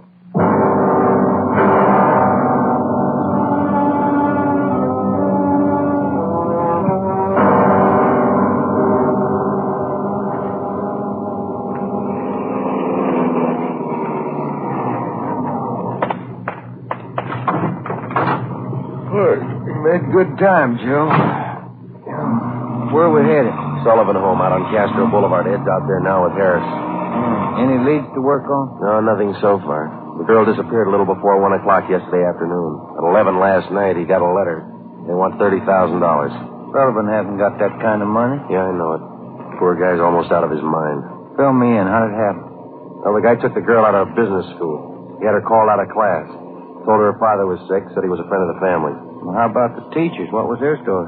Said the girl didn't want to go with the man at first, but he finally talked her into it. Kept telling her father was dying. That's about as low as it comes? Yeah. Did he use a car? Witnesses said it was a blue sedan. They didn't get the license number or the make. Did they remember what the guy looked like? About 5'9", 160, brown suit, dark hair. Nothing else? No. Here's a copy of the letter. The usual. Read it. Yeah. I have your daughter, Judy. Get, what's that? $30,000. $30,000 quick if you want her back alive. Don't call police or I'll kill her. Contact you later. Signed, what is it? The Wolf. Oh, Wolf, huh? I could think of a better name. Come on, here we are.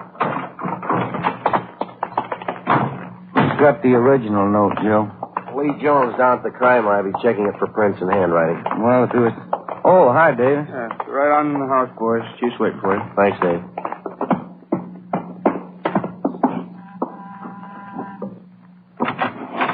Hi, Joe. Ben. In the living room.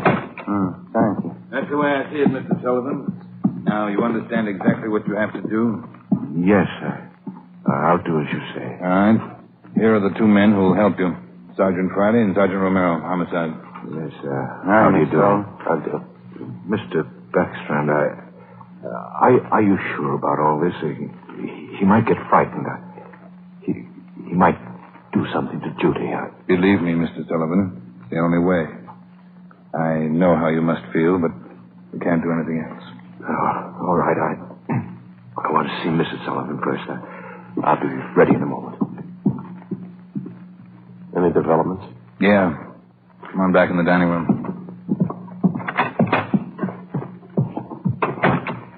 There it is on the table. Second note from the guy. Telegram. When'd this come? About half an hour ago. Guy phoned it into Western Union from a public booth. Couldn't trace it. I see, Joe. Yeah. Be at Elysian Park, 5 o'clock this morning, near Balkan Drive. Come alone. Bring 30,000. Will return girl. Don't tell cops. Kill her if you do. Or will. 4 a.m. now, Skipper. Not much time. I know it. We'll have to do as he says. No other way. Then Sullivan's going out there alone? You're going with him. You and Romero. You'll be hidden out in the trunk of the car. Any plan? Get it. That's all.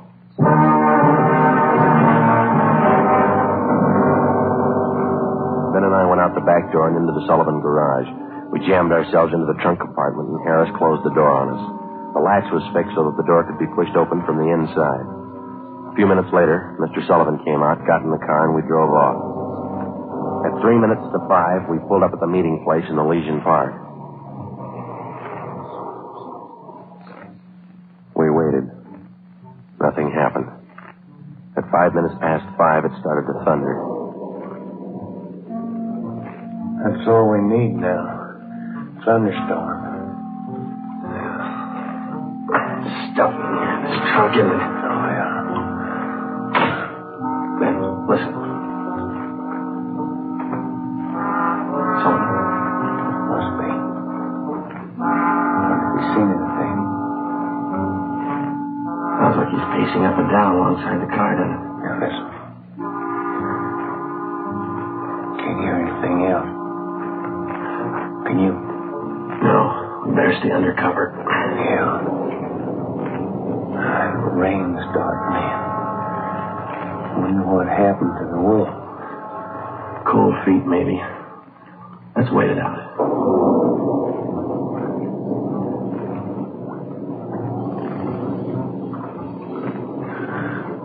Joe. Yeah? What time you got now? Move over a little, me. Am I watching? Yeah.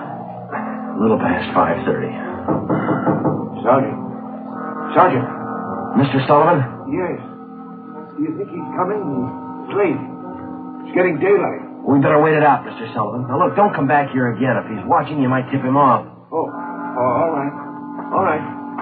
Poor guy. Joe. I hear it. Coming up the road toward us. It's stopping. Yeah. Coming over to our car. You ready? Right. Talking with Sullivan. They're coming back here. Now watch it. Friday, Romero. That's you, Ed? Yeah, the meeting's off. Come on out. All right. Got a cramp in my leg. I'm cramped all over. Mr. Sullivan, drive back home. We'll contact you there. All right, Chief. Ben, Joe, come on over to the car. What's the story, Ed? The guy had no intention of following through with this meeting tonight. Well, how come? He told us. Going at 5 o'clock. Tried to trace the call. He wouldn't stay on the line long enough. What did he have to say? He wanted more money. Bragged about how smart he was. How we'd never get him. Well, he knows Sullivan's called in the police. Sure. Said he didn't care. We'd never get him anyway. Yeah, pretty cocky. Pretty smart. Take my word for it. He's no dummy. Control 1 to 80K.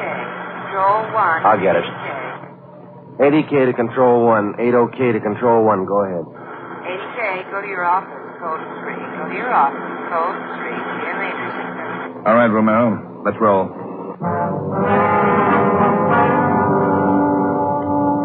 More than 12 hours had passed since word of Judy Sullivan's disappearance had been phoned in a homicide. During that time, an all-points bulletin containing the descriptions of the suspect, his car, and the girl had been sent out on the teletype to law enforcement agencies throughout the area. The same descriptions were broadcast over the police radio every hour. The Sullivan home had been placed under strict surveillance, and Mr. Sullivan instructed not to contact the suspect without knowledge of the police. He'd raised almost $10,000 in cash to buy him off. The serial number on each one of the bills had been copied by a police stenographer and then rechecked by a homicide officer. So far, the Wolf, as he called himself, had made 3 separate contacts, but he'd covered his tracks well. We knew that he was somewhere in the city, 500 square miles of it, and we knew we had to find him fast. It was 18 minutes past 6 when we got back to homicide. Hi, Chief. Fellas. You got something for us, Mac? Here, this letter. Special delivery. Came in about 25 minutes ago. Can I see that, Mike? Stay away from Sullivan. If the kid's found dead, it's your fault. Stay away, the Wolf. All right, Mike. Get it over to the crime lab and have Lee check it for prints. Right, Chief. Will you find any prints on the second note, Mike? 2. Run them through R&I now. Friday, Romero. Get down there and see if they got a make. Right, Ed. Let's go, Ben. Who's watching the Sullivan house beside Harry? Carpenter and Davis. Backstrand's afraid the girl's father will try to make a deal with the guy. Has he tried it yet? No, he hasn't yet. You couldn't blame him if he did. Worried sick. Oh, yeah. Here we are. Hi, fellas. Just coming down to see you. You got something there? Those 2 prints Lee Jones listed off that letter got a make on them from the single print file. Good, Larry. Let's see, huh? There it is. Pull the whole package on them. Donald Alfred Kiefer. Looks like a real bad one, doesn't he? Donald Alfred Kiefer, male, Caucasian, age 29, 5 feet 8 inches, 170 pounds, brown eyes, dark brown hair. He had 1 previous arrest for forgery in Los Angeles 10 months before. Kiefer's occupation at the time of his arrest was listed as bank clerk at the Third National Bank. Ben went back into the files and pulled the crime report. Then we called Ed Backstrand. There's the answer, Skipper. At the time Kiefer pulled that forgery job at the bank, Mr. Sullivan was one of the vice presidents. Go on. Sullivan was the one who preferred charges against Kiefer and saw that he was prosecuted. Where's this Kiefer now? Let me see. He was placed on probation, and on May 16th this year, he returned to his home in Omaha, Nebraska. That's 1380 Mackinac Avenue. All right, Romero. Get Omaha on the phone and have them check out Kiefer. Right, Skipper. Friday, take Kiefer's package and this note down to Don Myers. Have him check the handwriting. Then get over to the crime lab and see what Jones lifted off that last letter we got. All right, Ed. The faster we work, the faster we'll put this guy behind bars. Now move.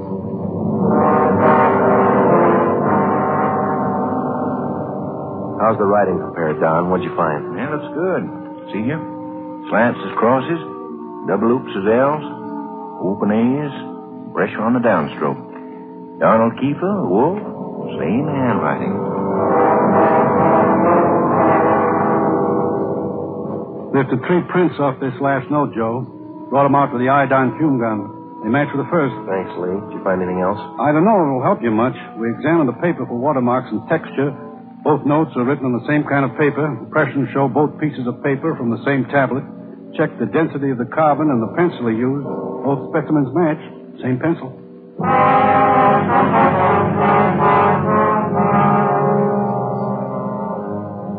By mid-afternoon, Donald Kiefer's description had been broadcast throughout the area. Bulletins were dispatched to all departments, and an APB was teletyped to the entire state. Men were stationed at every post office in the city to watch for notes that might come through the mail. The bus depots, railroad terminals, the airports, and all the main roads leading out of the city were under strict surveillance. The entire Los Angeles area was broken down into single square-mile districts, and a house-to-house canvass was started. A squad of men were assigned to cover each square mile. Outlying towns and cities were requested to do the same. By 5 o'clock that afternoon, the greatest dragnet operation in the history of the city was underway. We were sure Donald Kiefer was somewhere inside.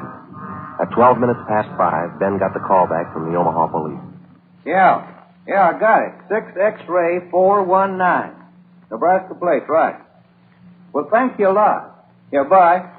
They had a make on the car. Lots more. The Omaha cops looking for Kiefer, too. Want him for a robbery there 2 months ago. Yeah? In that robbery, used a stolen 1939 blue sedan. Nebraska license plate, 6 X-ray 419. How about his family and his friends back there? They all been checked? Yeah. Well, get that car description to communications, huh? APB, teletype, and broadcast. I'll tell Ed. Yeah, right, Jim. Right in, Romero. Yeah. What are you tied up with? Well, just got a call from Omaha. Make on Kiefer in the car. Give it to me. You two get out to the Sullivan house fast as you can. See Harris. What's happened, Skipper? Martin Sullivan's disappeared.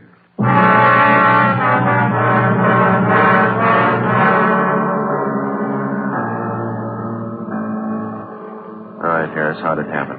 About 3 this afternoon, Mr. Sullivan got a phone call. Said he had to go down to the bank. I went with him. He had me wait in the reception room, and he went in his office. After waiting 10 minutes, I got suspicious and went in. He was gone. That's it. Did he get any more money? This morning, $5,000. Did you get the serial numbers off the bills? Yeah. Shouldn't have let him get out of my sight. Forget it. Right now, we've got to find out where he's gone to meet Kiefer. Did you talk to Mrs. Sullivan about it, Harris? She says she doesn't know anything about it. Let's try her again. Come on, let's go inside. All right, fellas. All right. Where's Miss Sullivan, Dave? Back in the sitting room, lying down. Doctor's with her. Come on. What time you got, Ben? 6:35. I'll get it. Hello? Where are you? Oh. Where are you now? Where are you now? We'll be right out. That was Martin Sullivan. He met with Kiefer out in Laurel Canyon. Did he get his daughter back? Yeah. Wrapped in newspapers.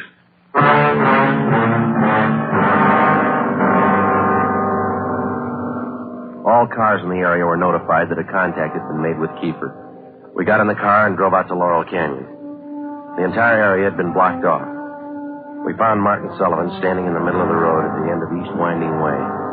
500 feet down the hill was a private residence where Sullivan had telephoned us. It was the only building in the immediate vicinity. A few yards beyond the point where East Winding Way ended, back in a clump of tall grass, we found the body of Martin Sullivan's daughter.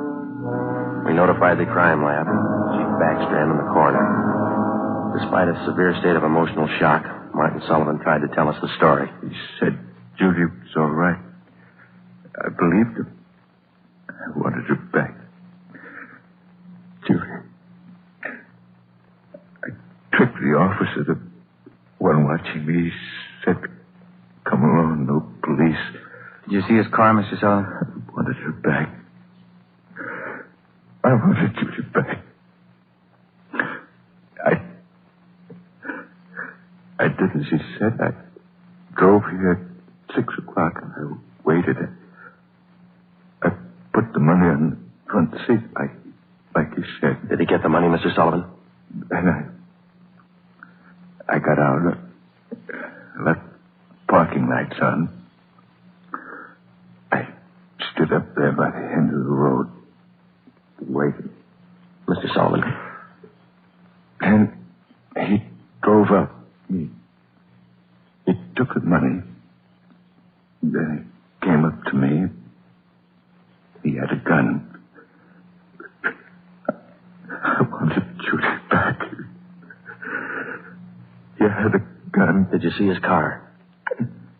He said she was up there, beyond the road, tied to a tree. I brought her back. Mr. Sullivan, did you see his car? I went to look for Judy. He drove away. She wasn't there. By the tree. Couldn't find her. On the way back, I saw her bundle on the way back.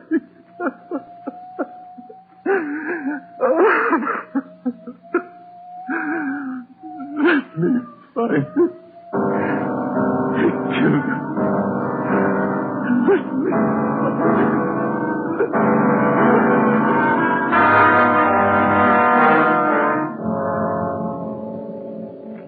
Before he went into a state of complete collapse, we showed Martin Sullivan a picture of Donald Alfred Kiefer. He definitely identified him. The information was immediately relayed back to Central Division, rebroadcast to the entire police radio system. A teletype was dispatched to sheriff's offices, and communications were sent to police stations throughout the country. The house-to-house search throughout the entire city intensifying. The dragnet in which we hoped to trap Donald Kiefer was drawing slowly inward. It was 12 midnight. Sullivan girl murder. Next street. Read all about it. Citizens join search for killer. Friday, did the papers get a list of the numbers on that ransom money? Yeah, got them in the final night edition. 2.5 pages of serial numbers. Gave it a big spread. Look at these pictures of Kiefer here, all over the front page. The more the better, Romero. I hope this town never forgets that face. Good reminder. You don't make deals with killers. Hi, fellas. Come on over. Find anything yet, Lee? Just checking over these towels here. Found them wrapped around the girl's body, inside the papers. Funny thing about those papers. What's that, Lee? They're all yesterday's. Every story about the girl's disappearance has been clipped out. Maybe the guy's making up a scrapbook. How about the towels, Jones? Any laundry marks? Not a one so far, Ed. Every one of them was clipped off. Pretty smart. The morgue post the body in? They're doing it now. Yeah, nasty one. Yeah. Did you get any footprints or tire marks out where they found the body? Lots of them, all cast. Bossy and Taylor are checking them now. One thing. What is it, Jones? I don't know. Under the seam here. This towel. Wait a minute. Joe, that pair of snippers there. Yeah. Here you are. Thanks. Just back under the seam. There. That's one tag he missed. Any markings, Lee? Yeah. Greenway Apartments, Los Angeles.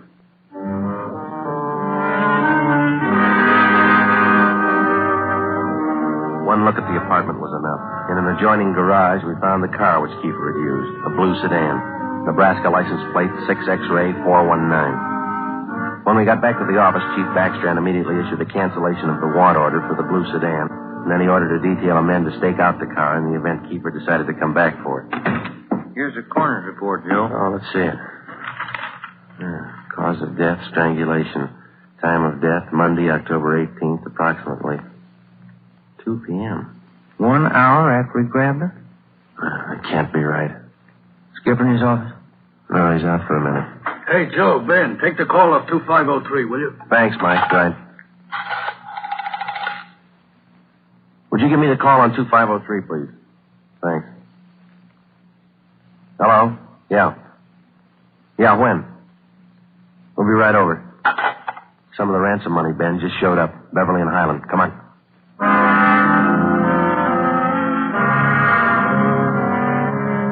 The man's name was Ralph Donahue. He operated a used car lot on the corner of Beverly and Highland. He told us that early that morning he sold a dark blue late model coupe to a man who gave his name as Fred Sims. The man paid for the car in cash. Donahue told us that he checked the serial numbers on the bills after the man had driven away. Serial numbers check out, Joe, every one of them. If I only thought to look, officer, and you know I generally do. I'm the suspicious kind anyway, but, this morning I must have been asleep. You got the full description on the car, Ben? Yeah, Joe. All right, let's get it on the air right away. I saw his mug in the paper while I was waiting for you. Too late. Sorry. Yeah, thanks.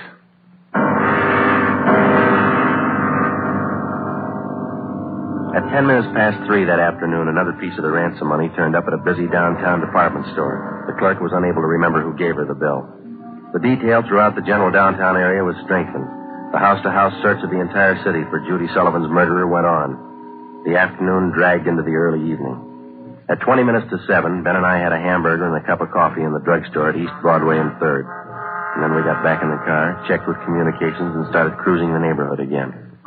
At 9 minutes to 8, a man answering the description of Donald Kiefer was seen crossing Sunset Boulevard just below Highland.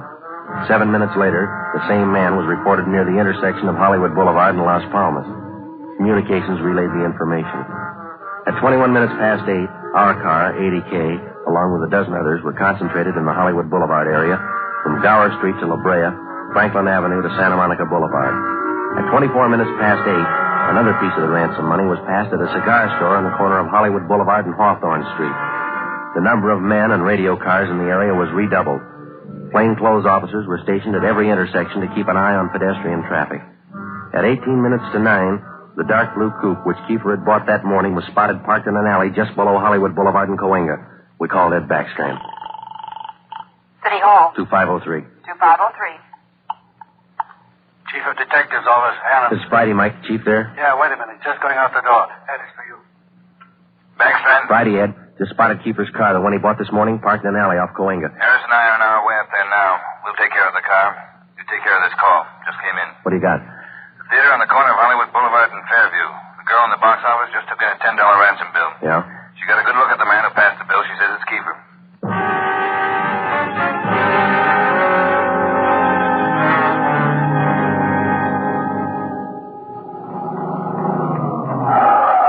All right, Ben, come on. Yeah. You got the list of serial numbers? Right here. Let's check at the window. Yes, sir. How many, please? Police officers. Sergeant Romero, Sergeant Friday. Oh, yes, sir. Mr. Regan, the police are here. Would you step around to the side door, Sergeant? Yes, ma'am. Margie, relieve Francis for a minute. Francis, come here. Bring that $10 bill with you. Sharp girl, officer, that Francis. Sharp. Here it is, Mr. Regan. All right, Sergeant. There you are. $10 bill and the list of serial numbers. Check out all right, Ben? That's it, Joe. Good work, man. You reported the man came in about a half hour ago. You're sure it was Kiefer? Yes, sir. I had his picture in the box office just behind the change machine. I recognized him right away. And as far as you know, he hasn't left the theater? That's right, sir. All right, Mr. Rayburn, I'm sorry. I'm afraid we'll have to interrupt the show. Anything you say, Sergeant. Anything. Ben, you keep an eye on the front exit. I'll call communications. All right, Joe. 80K to Control 4. 80K to Control 4. 80K, go ahead. Control 4, clear all frequencies. The Sullivan murder suspect, Donald Kiefer, has been located in the theater on the southeast corner of Hollywood Boulevard and Fairview. Have all units surround the area. 80K, roger. Attention all units. Attention all units. Assist 80K at the theater on the southeast corner of Hollywood Boulevard and Fairview. The Sullivan murder suspect has been located in the theater. Go ahead, 80K. Control 4, have all units converge in the general area, Hollywood Boulevard and Fairview. Unit 62R to block off the intersection at Hollywood Boulevard and North Cherokee. Stop all pedestrian and vehicular traffic. Unit 61A to block the intersection at Hollywood Boulevard and Hudson Street. Stop all pedestrian and vehicular traffic. Unit 71 and 72R to block the alley behind the theater. Unit 66 and 67R to assist at main entrance to the theater. Within a few minutes, the 1/2 mile area around the theater was completely blockaded. Every exit and entrance to the theater was covered. At 9:23, we met Harris and Ed Backstrand in the theater manager's office. Backstrand outlined our plan of operation. At 9:28, a detail of 14 men walked down the side aisles on the main floor of the theater and took up their posts on either side of the orchestra pit. The picture was stopped and every light in the theater was turned on. Ed Backstrand, Harris, Ben, and I went down the aisle and up onto the stage. Backstrand made the announcement. Ladies and gentlemen, we're sorry to interrupt the picture, but this is important. We're police officers. We've traced the murderer of Judy Sullivan to this theater. He is in this theater now. And we're going to search the theater row by row, and we'd like to ask your cooperation. There's no need to be panicky or afraid. Those who wish to leave now may do so. Leave by the main entrance. Each one of you will be checked as you go out the door. And for the benefit of the man we're looking for, don't try to escape. Every exit is covered and the entire area is blockaded. Don't place any more lives in jeopardy. Come on, Ben.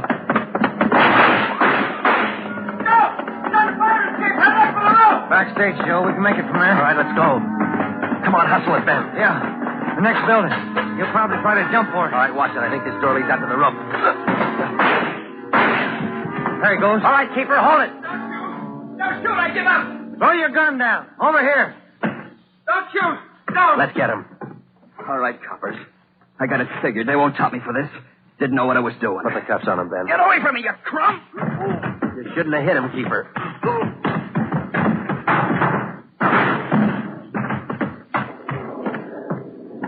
All right, Ben. Try the cuffs now. Yeah. Come on, let's get him in out of the rain. What's the hurry? Why spoil a good rain? The story you have just heard is true. Only the names were changed to protect the innocent. Donald Alfred Keeper was tried and convicted of murder in the first degree. He was executed in the lethal gas chamber at the state penitentiary. You have just heard the 15th in a new series of authentic cases transcribed from official files. Technical advice for Dragnet comes from the Office of Acting Chief of Police, W.A. Wharton, Los Angeles Police Department.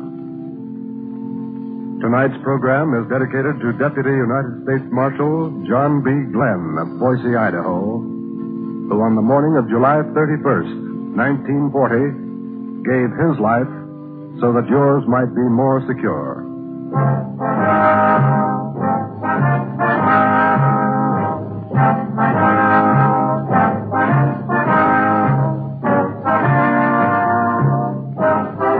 Dragnet came to you from Los Angeles.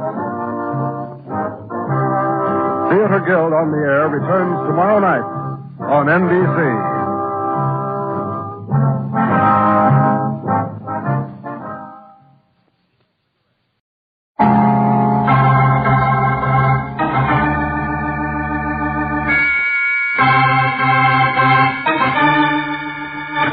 My name's Regan.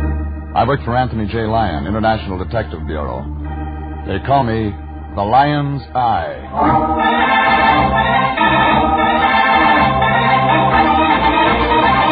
Wednesday at 9, and CBS brings you Jeff Regan, Investigator, starring Frank Graham as Regan with Frank Nelson as Anthony J. Lyon. So stand by for mystery and suspense and adventure in tonight's story of The Lady Who Wanted to Live.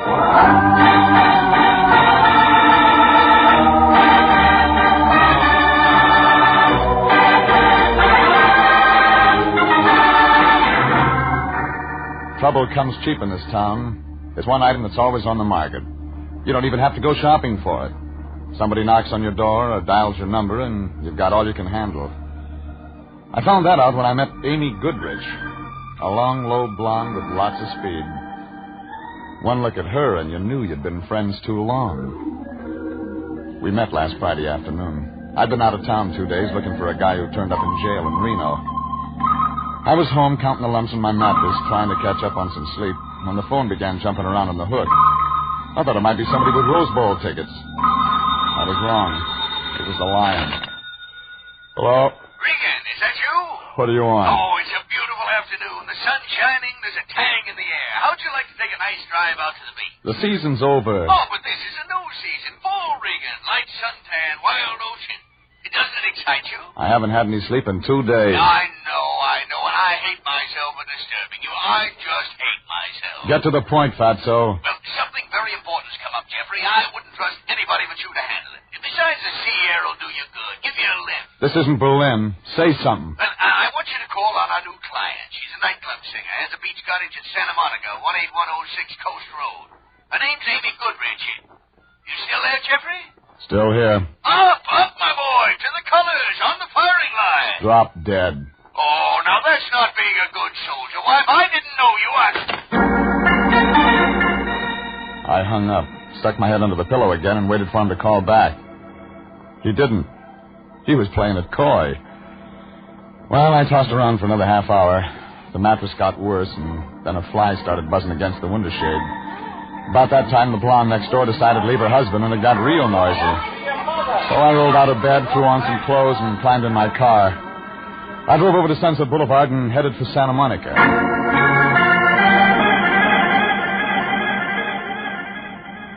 18106 Coast Road turned out to be a bundle of flagstone and glass brick piled up against the ocean.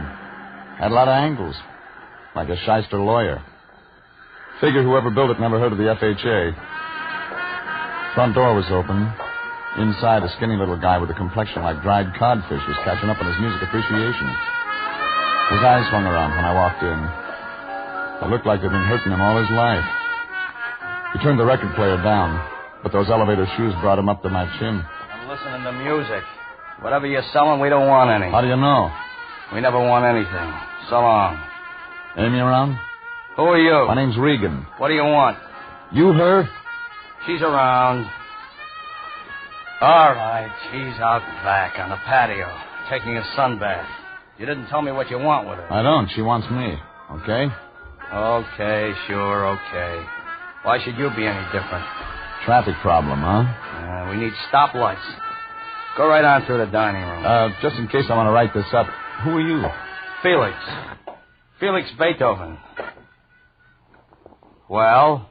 I didn't say anything.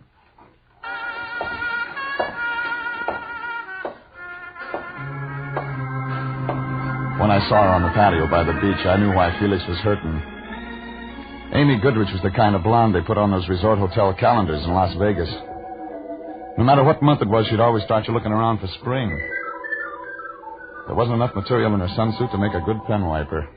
And when she smiled at me, I began to feel warm inside, like a radio with a broken coil. I know it's warm for this time of year, but you aren't wearing a sheepskin. It wouldn't fit in this crowd. You're from Mr. Lyon, aren't you? How'd you know? Well, he said he was sending me his best mail. So, Mr. Regan, come over here and sit by me. Sure I won't crowd you. Mm-mm.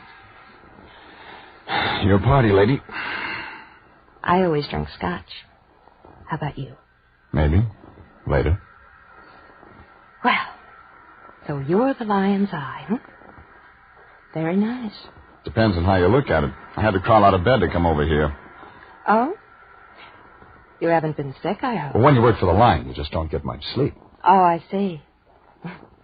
I thought you looked nice and strong. I'll tell my tailor. And quick, too. Look, you can relax, Regan. This job is going to be easy. What is the job? Protecting me.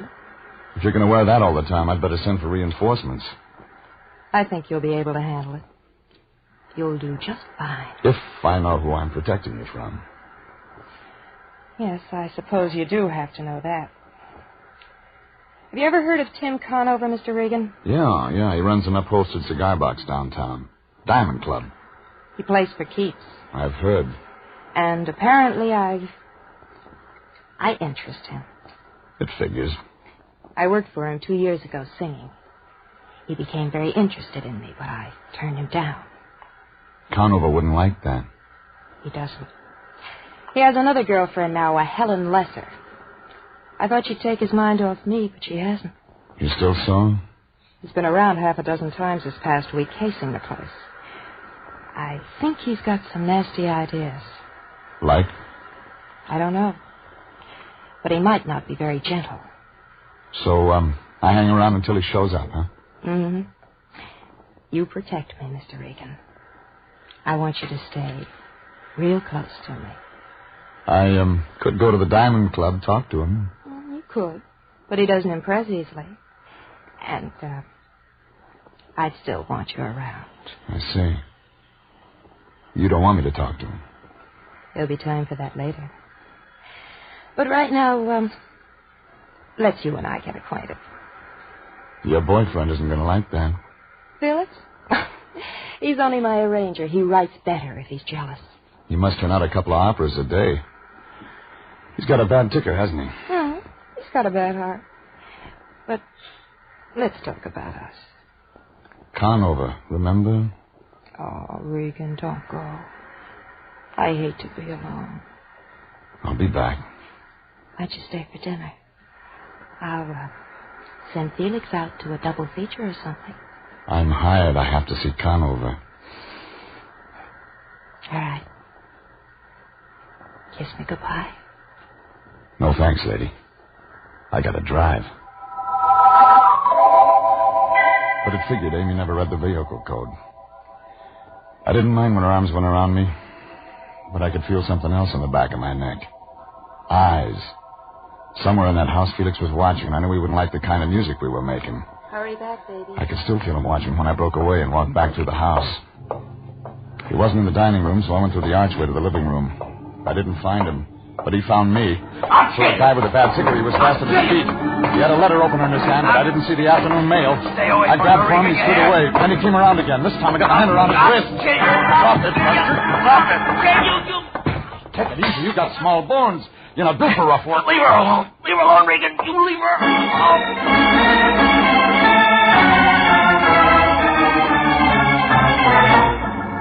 Felix got his idea across all right, but he had a one-track mind. I tried some questions, but got no answers. I figured Conover might do better, so I got in my car and drove back into town. It was just getting dark when I parked in Figueroa near Olympic, in front of the Diamond Club.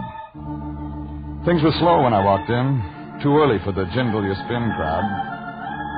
When I asked for Conover, the bartender blinked a couple of wet stones at me. In back, bud, jerked his head toward the rear. I got as far as the shuffleboard table when a brunette eased out of the shadows. She wasn't wearing a coat, and it figured she was there to stay. May I help you? I'm looking for Tim Conover. I'm expecting him. Come on in. Sit down, Mr. Regan. Oh, so you're Jeff Regan. Ring a bell? I've heard the name before. It fits you. You're a private investigator. Yes, of course. Tim's not in any trouble, is he? Not yet. What do you mean? Maybe I better talk to him about it. Huh? Well, if it's that important, I better find him. Make yourself at home, Mr. Regan. If you like scotch. Thanks. I helped myself to that, waited around for about 10 minutes. The phone rang once, and I let it go. A guy in a blue suit stuck his head in the door, said something about getting the wrong room, backed out.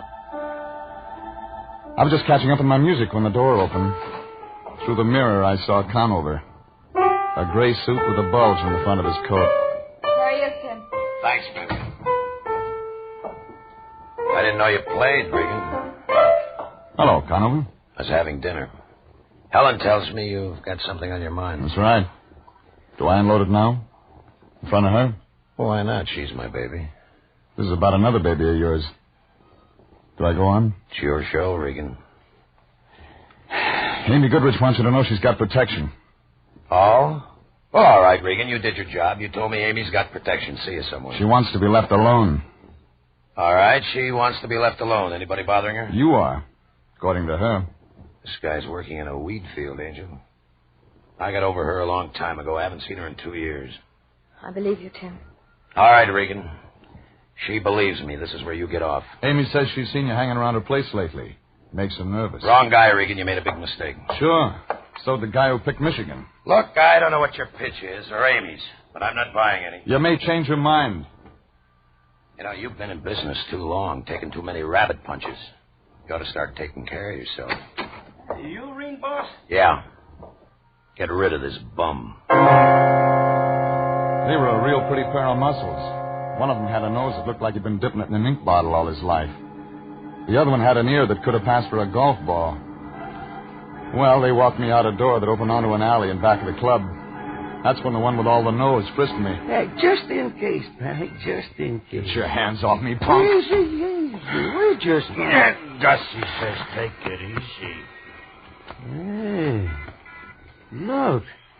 State of California. Gun and all. This guy's a gumboots. Max. What? I don't like no gumboots. Gumboots worse than a bum. You hear that, gumboots? Gussie says a gumboots is worse than a bum. You don't talk. Gumboots, how tough are you? Still don't talk. Hey, Gussie asked you, how tough you are, huh? Are you tough? Tough? Not so tough. My turn. Hold him. All right. Now, gumboots, here's what we get on the answer.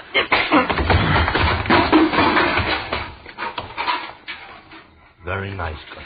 Thank you. Come on, Maxie. We'll be late for dinner. Yeah, what about him? Ain't you hurt? He don't feel like eating tonight.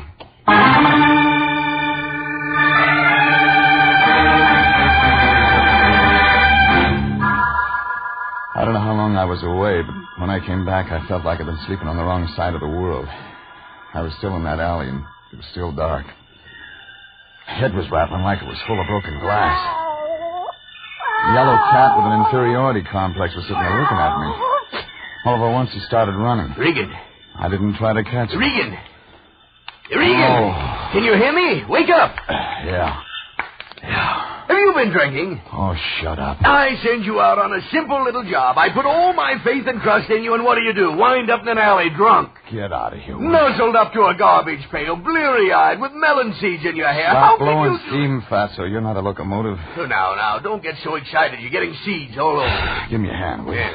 Here. How'd you get here? Amy Goodrich called. She was getting worried about you. Said you went over to see Conover. She wanted me to stop you. I figured you would, but she's too late.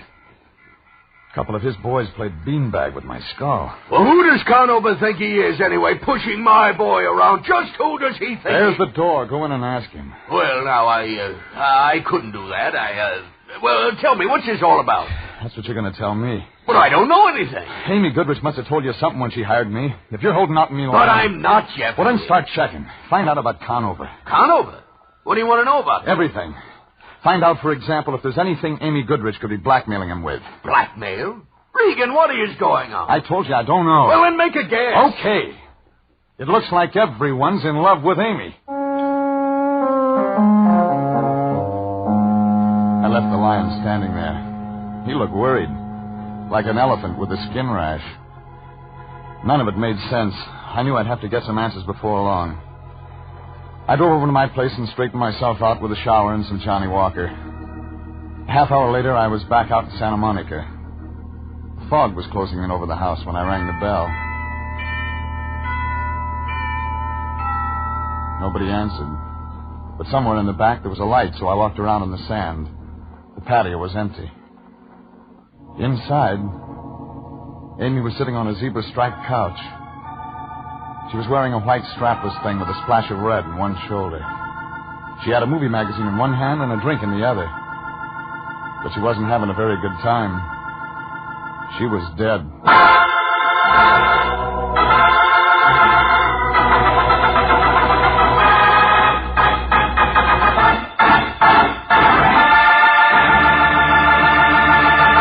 This is CBS, and you are listening to The Story of the Lady Who Wanted to Live. Tonight's adventure with Jeff Regan, Investigator.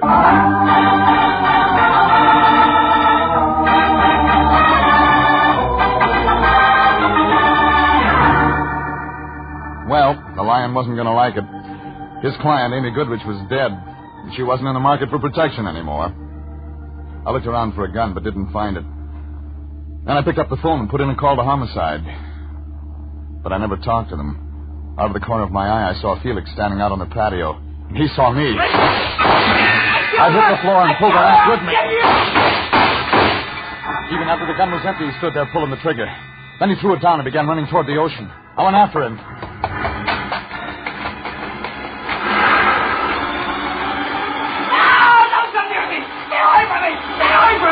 Hold still. Hold still. Now let me go. You'll drown. No, I don't care. I loved her, Regan. I couldn't stand it anymore. I couldn't stand it anymore, so I killed her. It doesn't make sense, does it? Sure it does. But you're not going to kill yourself. Oh, the police. What about him? I phoned them. I told them everything. When? Just before you came. Come on. No, but they'll be here. Let's go. Yeah, that's why I said come on.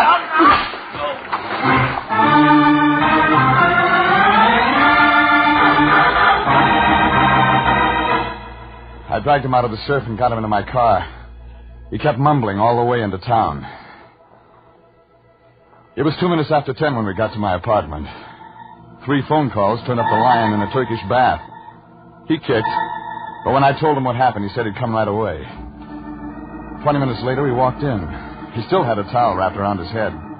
He looked like Sitting Bull in an Easter bonnet. Where is he, Regan? Where is he? In there, asleep. Asleep? Just like that, he can drop off to sleep after what he's done? I gave him some pills. What about homicide? He already called him. But they'll be looking for him down at the beach. We've got to stay clean, Regan. I'm going to phone homicide. Pick up that phone and I'll ram it so far down your throat you'll get a busy signal out of your hip pocket. This is murder. What's gotten into you? You're not going to toss Felix to the wolves. Regan, you'll find the girl dead. Felix has the gun. He admits killing her. What are you saving him for? What are you going to do with him? Stuff him and put him on your mantle? He's a phone guy, a patsy. He didn't do it. He didn't kill her? He was carrying this gun. He took 6 shots at me tonight. That's all it holds. There's 1 bullet in her, and he didn't have any extra slugs. Now, what did you find out about Tim Conover? Oh, he's clean, Regan. Absolutely clean. Unless you want to count a court-martial. He celebrated V.E. Day by poking a major in the chops. What else? He kicked him, too. All right, all right. Hey, where you going? Out. Look, you stay here and keep Felix company. Oh, of course, Regan. I'll do that. Run along. You needn't worry. I'll watch over Felix like a father. You'd better. But the cops will be here. It won't take them more than an hour or two to find him. Yeah, and I've got just that long to find out who really killed Amy Goodrich. All right, all right. I suppose I'll have to go along. After all, we're working hand in hand in this thing. In that case, I'll hide my ring. I didn't like the idea of leaving the lion there with Felix, but there was nothing else I could do. Besides, I still had to do business with a guy named Conover. I was just getting into my car when I felt a gun in my back. And right away, I knew Conover had business with me. All right, Regan. We got things to talk over. Now just keep walking straight ahead, the black sedan. Now, Regan, you sit in front with Helen. I'll take the back seat.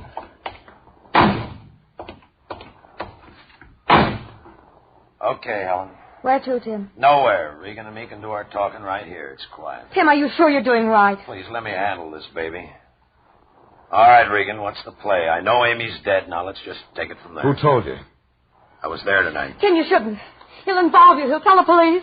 I said I'll handle this, baby. So you were there. I know, don't tell me. She was already dead when you showed up. No, not quite. All I got out of her was the name of some guy, Dolan, and something about Lake Tahoe. She seemed to think I know what it was about. And you didn't? No. Kind of figured you'd tell me. All right. Blackmail. Amy? Blackmailing me? You didn't know her very well, did you, Regan? She said she needed protection. I think she wanted a strong-arm boy. No, it doesn't fit. She was no good, but not blackmail. It doesn't fit at all. Maybe I can make it fit. Don't try. I'm not going to be tagged for this thing, Regan. You know some answers. Maybe you better start talking right now. I said start talking. I didn't know if Conover was just looking for information or if he wanted to find out how much I knew about a guy named Dolan in Lake Tahoe. Well, I had a 50-50 chance. I could get the butt of that gun across my face, or I could try walking away and take a chance of getting a bullet in my back. And then I saw an old coupe, Oklahoma license, limping along the other side of the street. I opened the door, stepped out onto the sidewalk. I kept on going into the middle of the street. Conover yelled, but he didn't fire. And then the coupe slammed on the brakes. What's the matter with you, Pilgrim? You want to get yourself bashed up standing out in the middle of the street? Want to get yourself all bashed up? They ran out of gas. Join an auto club. Pay your dues. There's no phone. Could you give me a lift? I wasn't going anyhow. Well, climb in. Do it the bowling alley. Hey, what are them two going to do? Sit there and nick? I didn't answer that. When we pulled away, Conover was just sitting there staring. But there was nothing to stare at. Helen was different. She registered one look. Fear.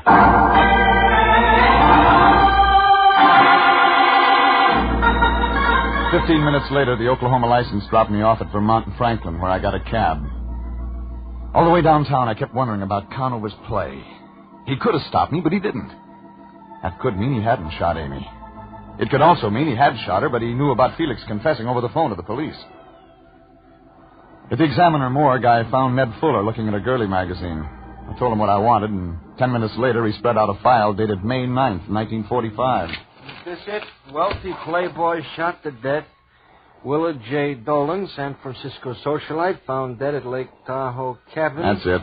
Oh, well, they never did solve it. There's some stuff here about a mystery I can woman. read. They think she might have done it. Somebody seen her come out of the cabin that night.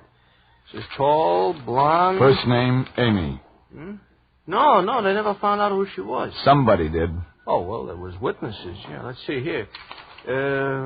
Yeah, Mr. and Mrs. Franklin James, San Diego people. They saw the dame come out, but they couldn't give a good description of her. Want to bet? A bet? Sure, I'll take Notre Dame. Who will you take? I'll take a guy named Tim Conover.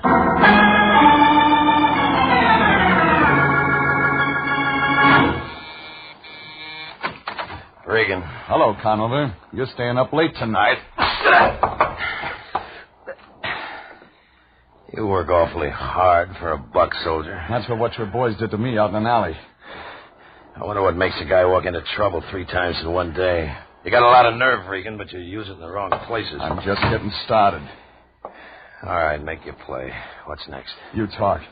What about... Dolan, Willard J. I told you. Lake Tahoe, May 9th, 1945. Talk, Conover. All right, then I'll talk. A tall blonde named Amy Goodrich.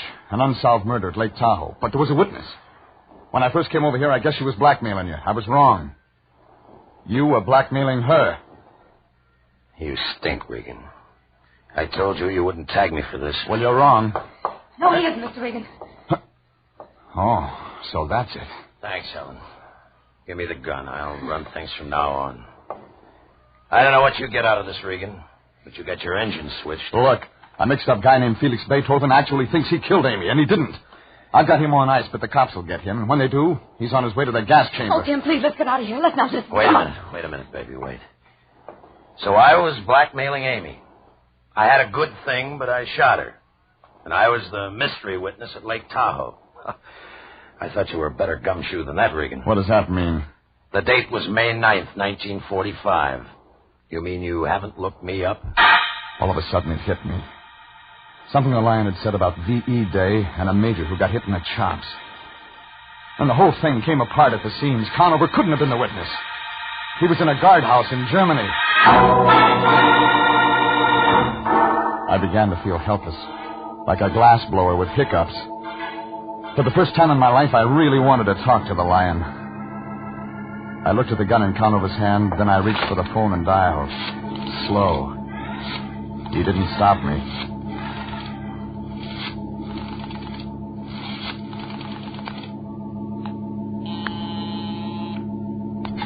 Anthony J. Lyons. Lion, the cops. Oh, Regan. They're not here yet. Felix? Still asleep. Well, get him out of there. Regan, I can't do that. Get him out of there. We broke our pick.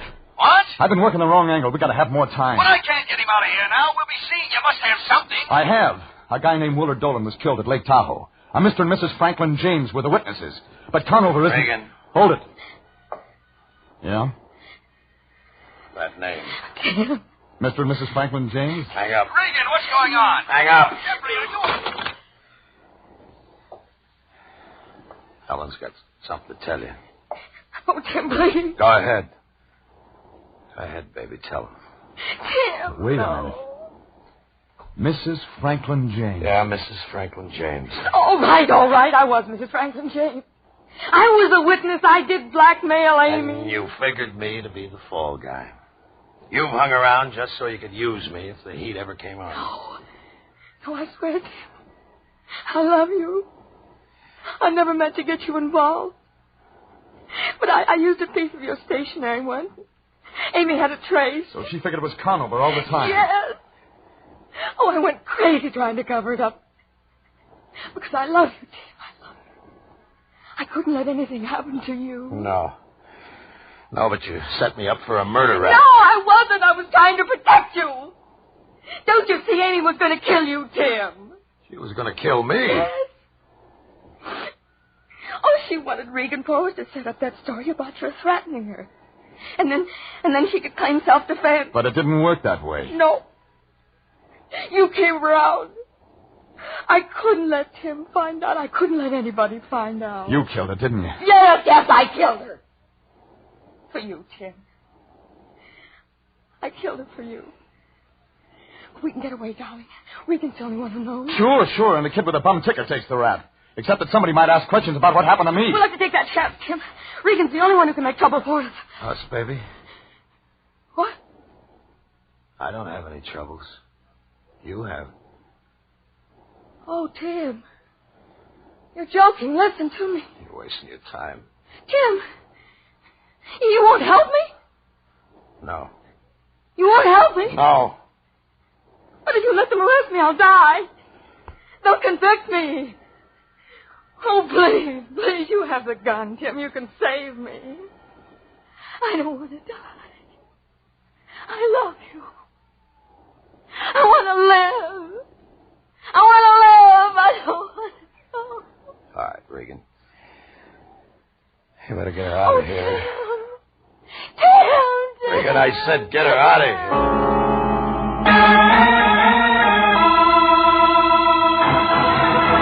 Well, that's the way it wound up. Helen went to headquarters. Tim went back to his club. I went out of town for a few days. When I got back, I drifted into the office. The Lion gave me the wind-up. A report on Felix.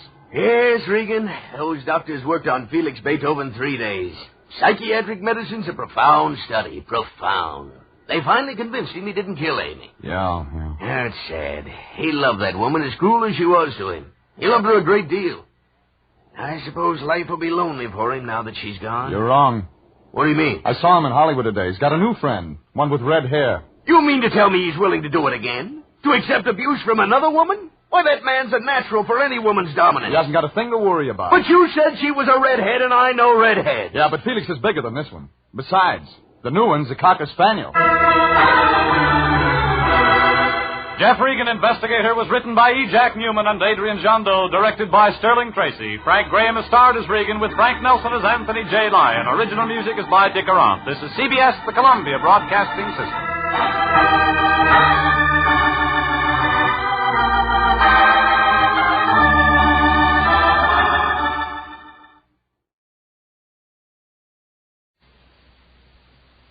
Here's another in NBC's great parade of new shows.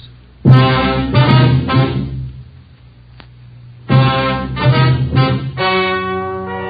and gentlemen, the story you are about to hear is true. Only the names have been changed to protect the innocent. NBC brings you Dragnet.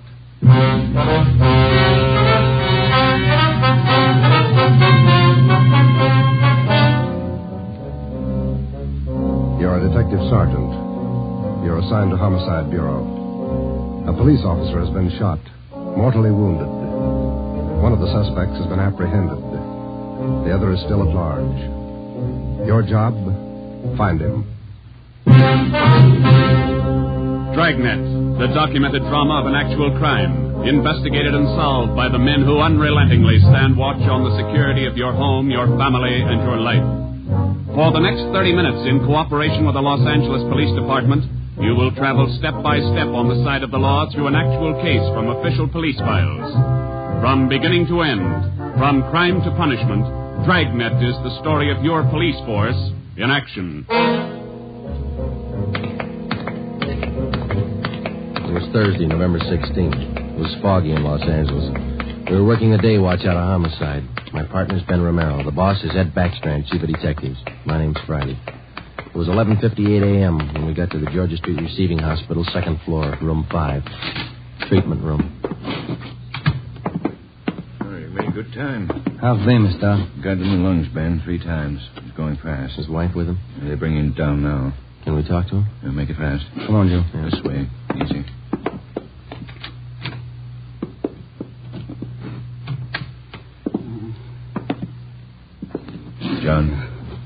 John, it's Friday and Romero. I want to talk to you a minute. Oh, Doc, it burns. My chest. Burning up. Nurse? Yes, Doctor? The hypodermic. Yes, Doctor. Yeah, easy. All right, fellas. Don't take too long. John, it's Joe Friday. Can you tell us how it happened? Joe. How'd it happen, boy? Can you tell me? Can't figure it, Joe. Why'd he do it? We gotta find out. Now, how'd it happen? I don't know. I was directing traffic. East Broadway, First Street. Gray coupe. Pulled up for the stop. Gray coupe. How many men in the car? How many, John? 2. Gray coupe. Pulled up for the stop. In the pedestrian lane. Went over. Gonna ask him to back up. Back up out of lane. Just gonna ask him. Yeah, John, and then what? Driver. Dark hair. Eyes. Dark. Went over. Gonna ask him to back up. Pointed a gun. No reason. Pointed a gun at me. All right, easy, John. Take it easy. No reason, Joe. No reason he fired. Hurry up, Joe. Yeah. No. What about the other man in the car? Did you see him? Can you describe him? Joe, did you get him? Gray coupe driver. Guy with him. We've got the driver, John. He's upstairs. The other one got away. We got to find him. You got to help us. My wife. Somebody send for Dora. She's on her way. She'll be here in a minute. Now, can you tell us, the other man in the car, what did he look like? Gray coupe. What did he look like? Don't press him, Joe. Gray coupe. The driver. Pointed a gun. Dark hair. Yeah, I know. The other man, John. We got the driver. What did the other man look like? Send for Dora. Come on, Ben. Thanks, Doc. Okay, Joe. Going fast. Yeah. John got any kids? 2. Always pick up family, man. This thing's got a phony ring to it, Ben. You don't just pull a gun and shoot a man. Not if you're sane, you don't. Here's the stairs. The guy we got is as sane as they come. And how do we explain it? All I know is that hood shot John Bemis, and I want to know why. Might be a lead in that car he was driving. Maybe. Come on, here we are. Phone message for you, Friday. Came in a few moments ago. Thanks, Davis. From R&I. I got a make? Take a look. No make or warrants on James Vickers. Great. Let's talk to him. Come on.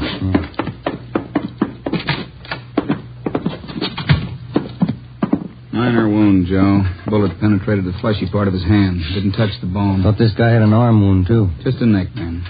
That officer you shot, Vickers, he's dying. Is he? The family guy. Got a wife, 2 kids. Has he? Why did you shoot him, Vickers? Ask him. We did. And you know the reason. Said there wasn't any reason. That's right. Look, we're going to make you on this, Vickers. You know that, don't you? I don't know anything. Why'd you shoot him? Shut up. Why'd you shoot him? Joe. Yeah. Davis? Yeah? Stay with him. Fine. Doc, get us an MT slip on this guy, will you? We'll be back in a minute. Come on, man. All right, Joe. I'll have it ready. Too big punk. Easy, Joe. Oh, easy nothing. I've seen too many good cops like Bemis cut down by punks like that Vickers. Getting mad won't help. Come on, down the stairs. Like to see Bemis? Why? Just for the record. I want to see if the doc thinks it's okay for us to bring Vickers down. I'd like to have Bemis definitely identify him as the guy who shot him. We've got 3 good witnesses. An identification for Bemis will clinch it. I want to see Vickers get everything he's earned when he goes to court. Here we are. Yeah.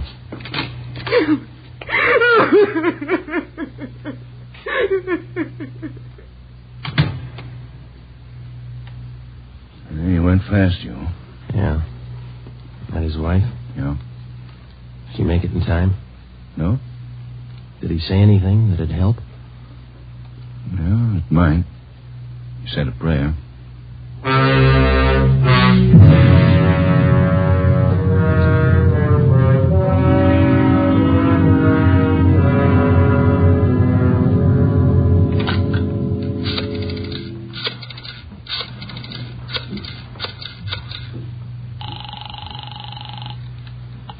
City Hall. 2625. 2625.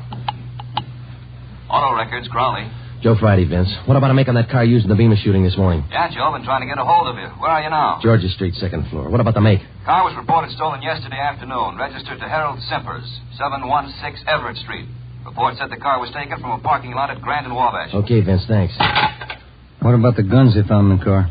Lee Jones still has them over at the crime lab. He's running them through. No word yet? No. You make out the impound report on the car, Joe? Yeah, recovery report, too. They're still dusting for prints. MT slip ready, Doc? Yeah, right here, Ben. Medical card, history, MT slip. You ready, Vickers? Yeah. All right, put out your wrist. Put the cuffs on him, Ben. Watch his hands. You saving me for the hot lights? All right, let's go. I'm not going to jail. You're in jail now. Looks like a hospital. Bars on the windows, aren't they? All right, come on. Give me a smoke. Here. Okay. Light. What do I get if I open up? No deal. Might talk, make it attractive. Who was the other guy in the car? Hitchhiker. I always give rides. And why'd he run when we chased you? Maybe he was scared. You're part of a gang. Maybe. Who was the other guy? What's it worth? Oh, come on, Vickers. You're wasting our time. Where are we going? All right. My hand hurts. I want to call my own doctor. You hear me?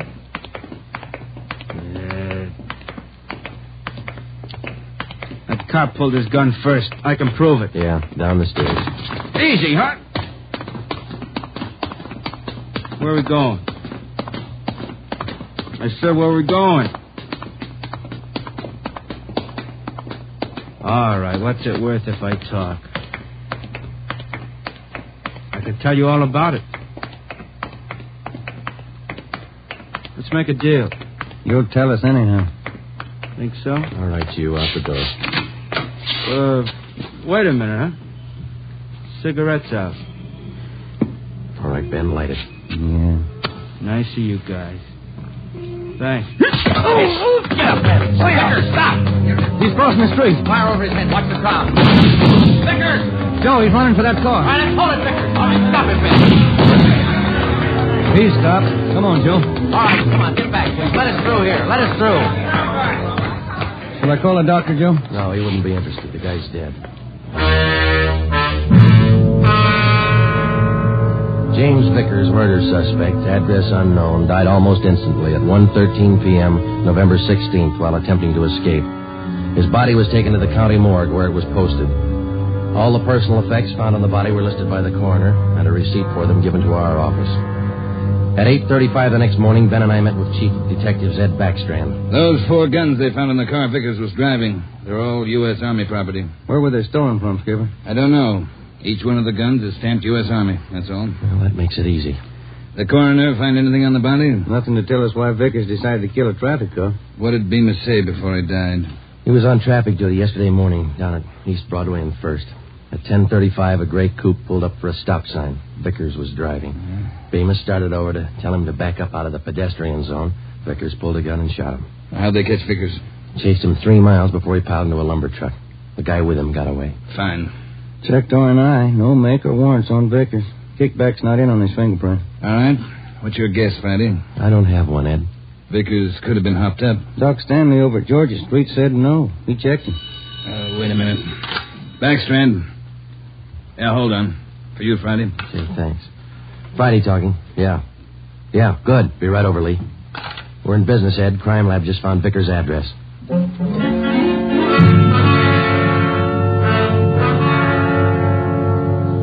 There it is, Joe. Thanks, Lee. Let's see, huh? Silver Dollar Hotel. Received a Mr. James Vickers, $6.50, room 345. Where'd you find it, Lee? Under the front seat, in with the tools. Anything else? Not a thing. How about prints? 2. Kind of smudged. Hope we can run a make with them. No prints on those 4 guns, Lee?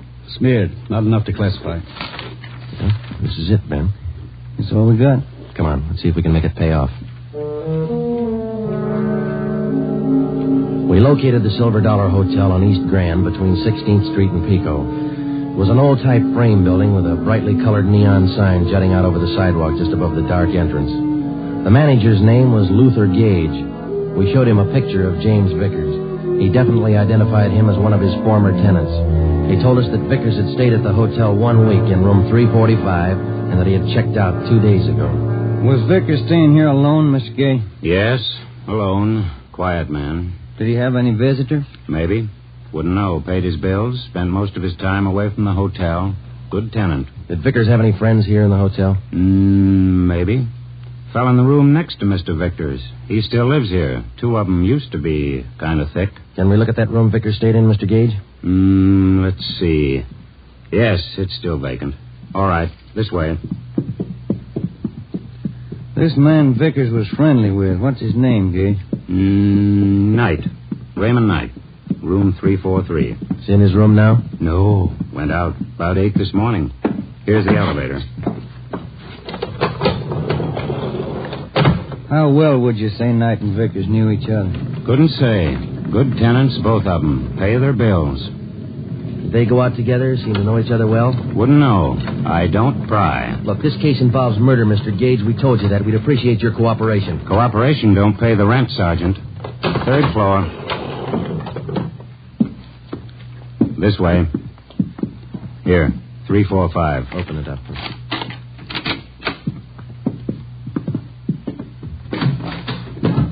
Nothing.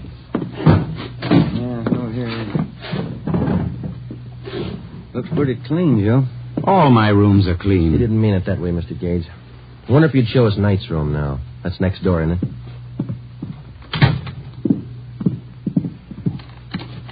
I don't know about this. Poking into other people's rooms, not regular. Neither's murder. Come on, let's go. Does Mr. Knight have this room to himself? Sure ask questions, don't you? No, Knight has a friend staying with him. About 2 weeks now. Not in much. Is he in now? Don't think so. Ben, watch it! Drop that, you! Bad shot, Mr. Gates. Look out!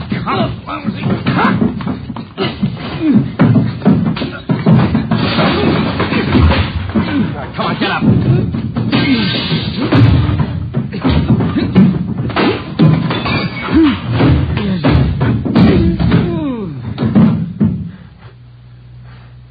Ben? He's out cold. Look what you've done to the room. I thought you said Knight wasn't in. He isn't. This is his friend. Great friends. 45 automatic in his hand. 38 snub nose in the bureau, another 45. Look in his bag. I don't pry. He pays his bills. Good tenant. Yeah. Can I get outside on this phone? Yes. All outside calls are 10 cents. Yeah. Here. Have to keep the books straight. Sure you do. Who's going to pay for the damage? Ask Mr. Knight's friend here. Well, say... Why worry? He pays his bills. Good tenant. I called Ed Backstrand, and he sent out a special detail to stake out the hotel and bring in Raymond Knight if and when he returned. Ben and I drove to the Georgia Street Receiving Hospital, where Doc Stanley patched up the cut on Ben's scalp and treated Raymond Knight's friend for simple cuts and bruises. From papers found in his wallet and in the hotel room, he was identified as Frank Gannon, 9896 Wasatch Street, Kansas City, Missouri. When we got to headquarters, we had Gannon taken to the interrogation room where we questioned him briefly. He told us that he was a self-employed watch salesman, and that he was in the city on a business trip. He admitted friendship with Knight, but not with Vickers. We booked him at the county jail for assault with intent to commit murder. The 3 guns found in the hotel room were turned over to the crime lab. We reported back to the office. Joe, my head's pounding like mad. That Gannon's a mean. Yeah, it's a nasty crack. I got some aspirin in my desk. Might help. Yeah. Hi, boys. Rough day? I don't get much rougher, Eddie. Message for you on the desk. Now, I'm going to eat. Starving. Right, Tracy. What is it, Joe? Jones got a make on those prints he lifted off the car. Let's see. Yeah, something else to know on James Vickers. Wanted 10-14-43, desertion, U.S. Army. That could account for those stolen Army guns. Yeah. What about the make on those prints Lee found? Let's take a look. Vance Taylor. Good solid record. 4 burglaries. 2 armed robberies. 2 assaults. Wait a minute. Here's the mama sheet. Mm-hmm. All right. Born so-and-so, age 36. Height. Alias John Fields, Harold Grant, Tom Bissell, Joe... Hey. Yeah, alias Raymond Knight. The other man who rode in the car with James Vickers the morning he shot down Traffic Officer Bemis finally had been identified. Vance Taylor, alias Raymond Knight. Well, that still didn't explain the unprovoked murder. It didn't explain the 4 guns found in the car or the 3 guns found in the hotel room. An assortment of arms like that could mean something big, but we didn't know what. Gannon's sudden willingness to shoot it out in the hotel room meant something, too. We didn't know what. We had Gannon brought back to the interrogation room. Hi, Gannon. Have a seat. Everything all right? I'll bet you're worried. No, we're not worried, Gannon. You ought to be. Don't make me laugh. You're tied in with Raymond Knight. That's enough for us. You send me up for it. We're going to try. Big talk. How long did you know Vickers? I didn't. Funny. His prints are all over one of those guns we found in your room. I'm not worrying. Then you better start, Gannon. Vickers and Knight killed a man. If you run with him, your hands are dirty, too. I room with Knight, that's all. Knight didn't come back to the hotel. Where is he? We're not that close. You share your guns and your friends. That's close enough for us. I don't know Vickers. You mean you didn't know him? I said I don't know him. We got Vickers, Gannon. He's dead. Good story. Okay. Come on, Gannon. Let's get out of the morgue.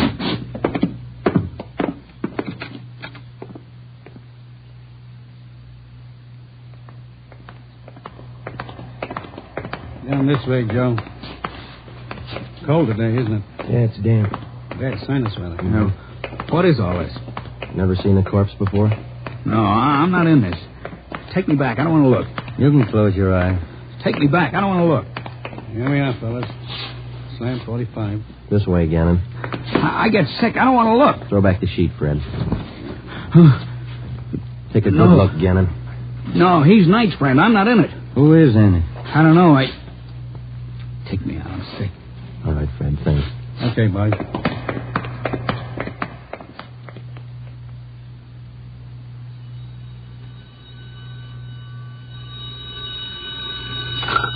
Interrogation room Friday. Joe on stakeout at the Silver Dollar Hotel. No sign of Raymond Knight. Keep you posted. Okay, Dave, thanks. How long does this go on? I can call a lawyer, you know. And you better call one right away, Gannon. They just picked up Knight at the hotel. He's incriminated you.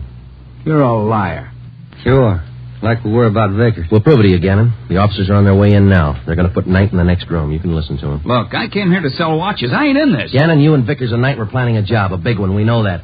If you want to wait till you get on the witness stand to tell your story, it's all right with us. Well, didn't take too long to break this one. Smoke some? Yeah. Thanks. Yeah? Smoke?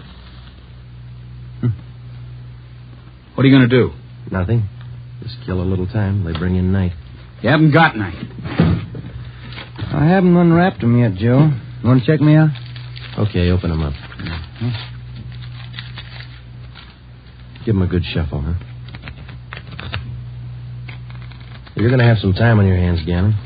Want to learn a new card game? No. Suit yourself. It's a good game for two.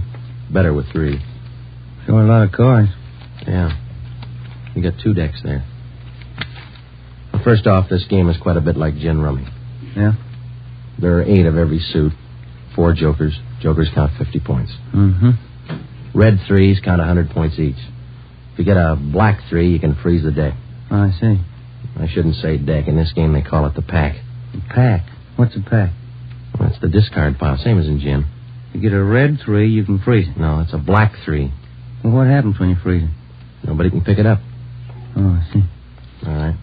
Let's deal out a dummy hand here. Fine game, Gannon. Sure you won't change your mind? You don't want to play, Joe. All right, now in two-handed, you deal out 15 cards, see? How many can play? As many as 6, I think. I've only played up to 4. You play partners with 4? Yeah, that's right. Okay, count your cards. I think that's 15. 13, 14, 15. Right, now what do I do? Well, I guess you better lay your hand open. That'll be the easiest way to show you. Okay. I'll spread them all out over there. Well, you don't have a great hand there.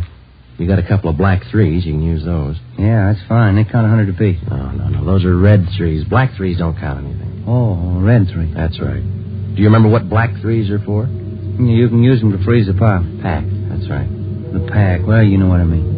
All right, now, look. You see, I got a joker here. Jokers are wild. Do you remember how much they count? They're wild. 100 points. No, red 3s are worth 100. Jokers count 50. You don't explain it very good. I don't understand. Well, how simple can it be? Gannon's not even playing. You get it, don't you, Gannon? Okay, red 3s count 100. Jokers count 50. Black 3s, you can freeze the pack. Yeah, good. Now, hold on to that, will you? Now, black 3s freeze the pack, but that's not the only card that can do it. No? No. Deuces can do the same thing. Well, you see, the only difference is if you use a deuce, which is also wild, you have to have a natural pair in order to pick up the pack. Now, with a black 3, it's only good until... I knew it wouldn't work. It was sour right from the start. Vickers killed the cop. Ben, I'm not in it. stenographer. I'm dropping out. I'm taking no raps. Johnny, the stenographer? Right, Ben. All right, Gannon. Too late. You haven't got time. 20 after 1, they're going to do it. Do what? Payroll. Brazier Company. Messenger leaves at 1:20. He's got the payroll. 30 grand. They're going to get him. Where does the messenger leave? 1:20. You're too late. I'm not in it. Where does he leave? 1:20 leaves the bank, I think. No, maybe the company. Where's the company? 3rd and Spring. They're going to get him. Where's the bank the messenger goes to? Up the block, 2nd National, 3rd and Hill. Where are they going to get the messenger? By the alley, Clay Street. I'm not in it. Ben, check it. Get out of communications. Have them put out a call to block up the area. Give them the details. All right. Johnny. Yeah, Joe. Stay with this guy. Okay. Davis. Let's go. Brazier Manufacturing. Olympia.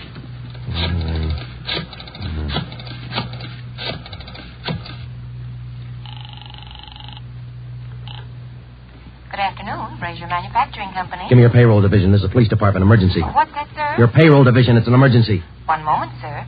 Come on, hurry up. Payroll, Hopkins. Mr. Hopkins, this is Sergeant Friday, Police Department. We've had a tip your payroll messenger is going to be held up today. Has he left your building yet? The messenger? Yeah. Oh, my, he left early today. Went out the door about 10 minutes ago. Thanks.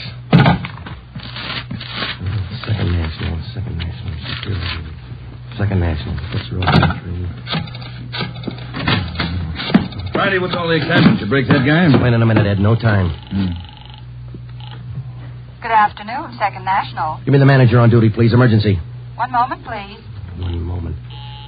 Come on. I'm sorry, sir. The line is busy. Would you care to wait? Give me the chief teller. Thank you. Chief Teller, Waters. This is Sergeant Friday, Police Department. Emergency call. Has the payroll messenger from the Brazier Company left the bank yet? Well, I wouldn't know, Sergeant. Just a moment. I'll have your call switched. Yeah. Operator. Beatrice, would you give this call to Miss Chalmers? It's important. Thank you, Mr. Waters. Miss Chalmers, good afternoon. Miss Chalmers. What's the matter, Friday? You sick? Yeah, I'm sick. Miss Chalmers, good afternoon. Miss Chalmers, this is Sergeant Friday, Police Department. Has the payroll messenger from the Brazier Company left the bank yet? From Brazier's? Why, yes, not more than 2 or 3 minutes ago. And he had the payroll with him? Of course. Thanks. Got a tip on a payroll sticker. Baby, coming? Yeah, let's go. Ben, down this way. Coming. Let's hustle it. Down the stairs. Communications at the story? Got it on the air now. Where's this Brazier Company? 3rd and Spring, about 5 blocks from here. Come on. Here's the garage.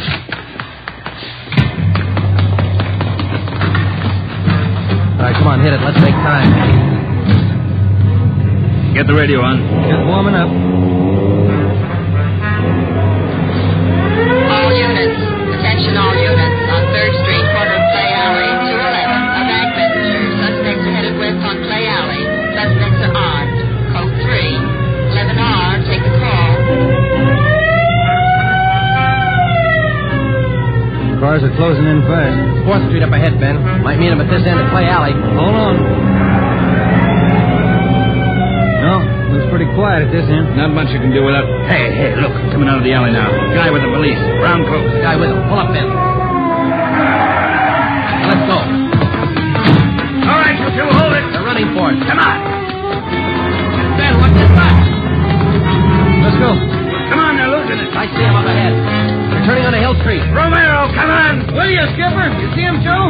Heading for the subway terminal. Yeah, they're going into the crowd. Don't lose them. All right, I'll take the ramp to the left. Ben, go with him. I'll take the one to the right. You see him, Joe? No, I lost. Now, wait a minute. There they are, over the turnstile. Come on. Joe, they're off the platform. They're crossing the track. Ed's got one of them. Come on, over the turnstile. Come on, Ben. Joe, the other guy. Heading down into the tunnel. He's crazy. Come on, after him. Hug the side. He's trapped, Ben. There's a train coming through. You, come back. You're trapped. Ben, get out. Hug the side. Get into it, Joe.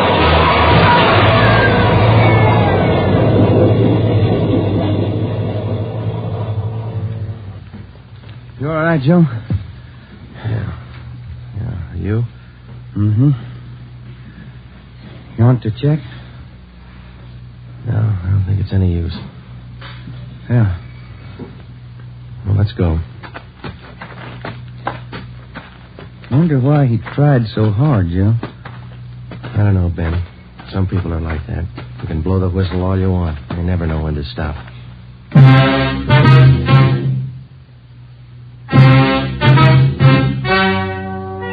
The story you have just heard is true. Only the names were changed to protect the innocent. Frank Gannon, the only surviving member of the hold-up gang, was tried and convicted of the crime of assault with intent to commit murder.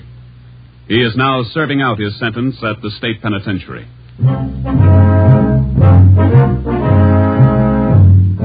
You have just heard the 16th in a new series of authentic cases from official files. Technical advice for Dragnet comes from the Office of Acting Chief of Police W.A. Wharton, Los Angeles Police Department.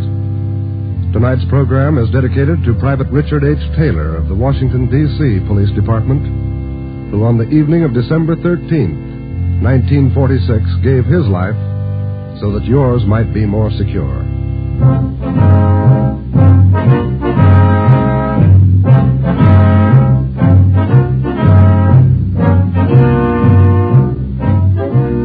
Dragnet came to you from Los Angeles.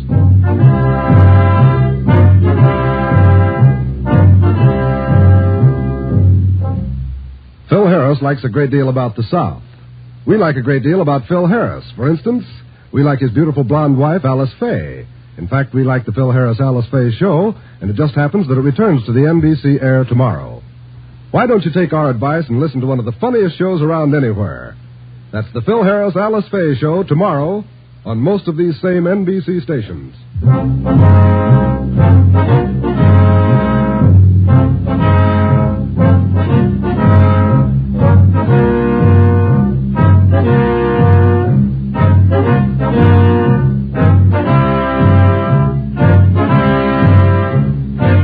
Your tune for the stars on NBC.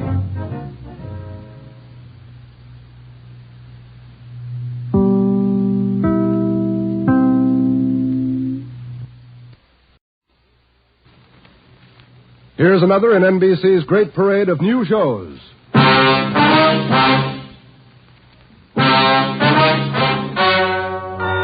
Ladies and gentlemen, the story you are about to hear is true. Only the names have been changed to protect the innocent. NBC brings you Dragnet.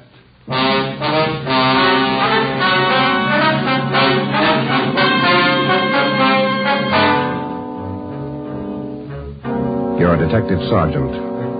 You're assigned to homicide. A mad killer is loose in the city. In every instance, he leaves the murder weapon behind. There are no fingerprints, no clues to the killer's identity. Your job, get him. Dragnet, the documented drama of an actual crime, investigated and solved by the men who unrelentingly stand watch on the security of your home, your family, and your life. For the next 30 minutes, in cooperation with the Los Angeles Police Department, you will travel step by step on the side of the law through an actual case from official police files. From beginning to end, from crime to punishment, Dragnet is the story of your police force in action. It was Tuesday, June 3rd. It was warm in Los Angeles. We were working the day watch out of homicide. My partner's Ben Romero. The boss is Ed Backstrand, chief of detectives. My name's Friday. I was off duty reporting back in on an emergency call. It was 3:57 a.m. when I got to the basement of the city hall. The carpool. Let's go, Friday.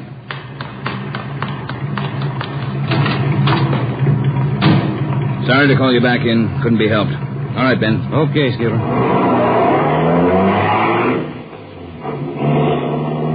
What's up, Ed? Double murder. When? I don't know. Found out about it 40 minutes ago. You got any ideas? Roughly same M.O. Was that 6413 Norwich, Skipper? No, 6430. What do you mean, the same M.O.? The same guy. Brickbat killer. How many does this make? Counting tonight, 4. We got anything at all? Smudged fingerprint we can't even classify. Sounds like a smart operator. We gotta get him. If we have to shake down the city from one end to the other. Big job, Skipper. Big killer.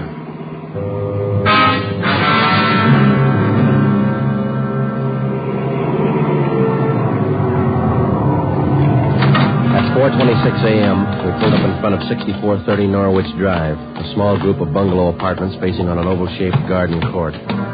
2 uniformed officers were stationed at the door to the apartment. Hi, Chief. Hiya, fellas. We went inside. Wellbird from homicide was waiting for us. This way. In here. Well, there they are. Yeah. Mother, daughter. Joe, on the floor beside the bed. Yeah, a red brick.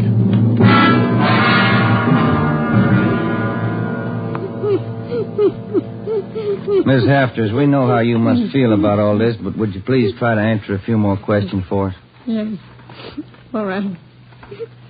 Poor Margaret. Miss Hafters, how long had you known Mrs. Diaz and her daughter? 9 years. This November they moved next door. I remember it so well. We got along right from the start. And as far as you know, the only close friends the mother and daughter had live right here in the apartment court? Yes. Margaret was a pretty girl, but she was no chaser, no boyfriends. Very close to her mother. The 2 of them very close. Did they keep any amount of valuables in the apartment? Money, jewelry, things like that? Oh, no. Mrs. Diaz and Margaret didn't have much, you know. Very modest income. They both worked. And you can think of no good reason. Oh, no. Oh, poor Margaret, poor Mrs. Diaz, lying in there. Shock. It's a terrible shock. Wellberg, Yes, Sergeant. would you show Miss Hafters back to her apartment? Sure, Sergeant. Thank you, Miss Hafters. We appreciate it. Yes, thank you. Poor Margaret, poor Mrs. Diaz. Well, Joe? Let's check with Ed. He's back in the bedroom. You get anything from the neighbors? The usual, Ed. No jealous boyfriends, ex-husbands, nothing like that. Boys find any evidence yet, Skipper? Well, still working on it. You got any theories? Well, we know the killings were all done by the same guy. Mm-hmm. Cuts the same pattern out of the window screen. Cuts the same pattern with a glass cutter out of the window. Reaches in and flips the locks. All right, where's that leave us? And before he gets inside, he makes sure there are only women in the house. That means he probably watches the house for a few days. Yeah. Once he gets inside, he wants only one thing, to kill. He's never taken any valuables. As far as we can tell, he's never searched for any. What kind of a man works like that? I think the guy's kill crazy. Hey, fellas. Yes, Donner? Here's a break. 2 fair prints. 1 thumb, 1 forefinger. What'd you get, Pete? Only got 9 points. Not enough to go into court, but enough to make him. We'll know him when we get him. Yeah. Found the prints on the lens of the old lady's eyeglasses. Probably knocked him off the night table when he went after her. And when he was done, he put him back on the table. Yeah. Had blood on his hands, see? Yeah. That's funny, isn't it? Why would he go to the trouble of picking up the woman's glasses after he killed her? We'll ask him when we find him. All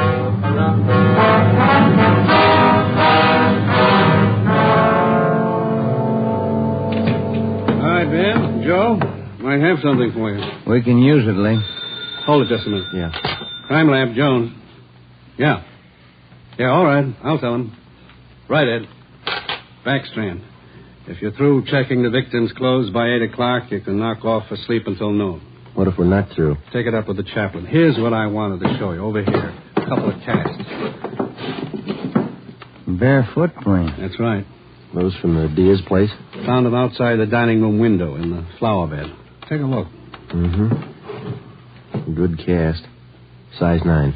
10. Missing toe there, huh? Left foot, first toe. That's lucky.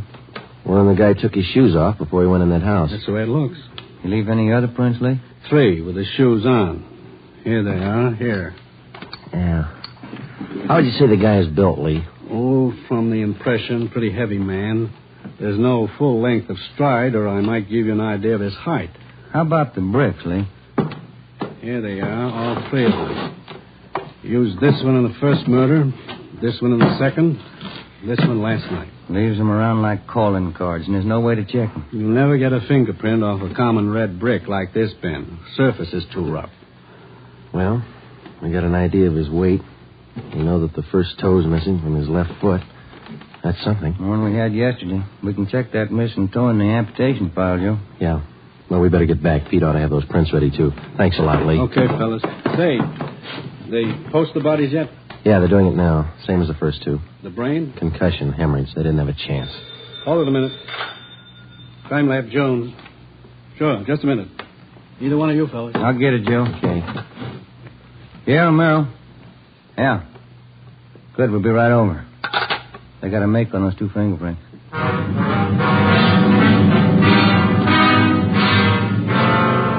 Okay, Joe. Single print file. Made him on the index finger. Let me see, Pete. Take a look, Ben. Yeah. Doesn't look like a killer, does he, Joe? Kind of nice looking. That's right, Pete. They said the same thing about John Dillinger. The name at the top of the make sheet read Carlos Richard Monterey, male, Caucasian, age 19, height 5 feet 11 inches, weight 165 pounds, dark brown hair, dark brown eyes. Last known address, 1663 Naples Street, Los Angeles. Previous arrests, 1. Auto theft, February 8th, 1936. That was all. Ben and I had been expecting more. The information on the mama sheet for Monterey was 13 years old. So was the picture. So was the description. So was the address. In 13 years, a man can change in 1,000 ways. So can his habits, his appearance, his address. In 13 years, everything can change except 2 things. A man's fingerprints and a physical deformity.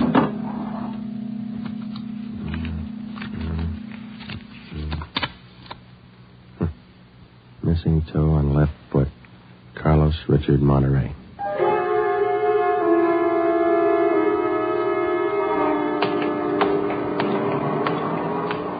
Here it is, Joe. 1663 Naples. Yeah, come on.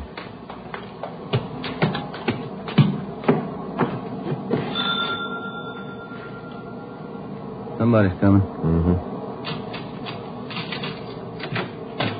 Yes? What is it? We're police officers. We'd like to ask you a few questions. Oh, yes. Would you like to come in? Thank you, ma'am. Yes? Would you mind telling us your name? Monterey. Isabel Monterey. What is it you want? You're married? Yes. My husband is Francisco Monterey. Would you explain why you are here? We thought you might be able to help us. We're looking for a man named Carlos Monterey. I don't understand you. We're looking for a man. We'd like to talk to him. Do you know where he is? Yes. Carlos is dead 7 years ago. He's dead, my husband told me. And does your husband know Carlos, or did he know him? He was his brother. What about your husband's parents, Miss Monterey? Where are they? They're both dead. Some time now. Have you ever met Carlos? No, never. I have only heard of him. What have you heard of him, Miss Monterey? Do not ask me. This is important, very important. Francisco would not like it if I told you. It's important, Miss Monterey, believe us. Carlos, he's sick. His mind. For 8 years, Francisco has not seen him, not heard from him. He thinks he's dead. But he only thinks so, Miss Monterey. No one's told him his brother's dead. He just thinks so. What else is there to think? Where's your husband now? At his work, the store, Rivera Street near Main, grocery, Monterey Cartwright Grocery.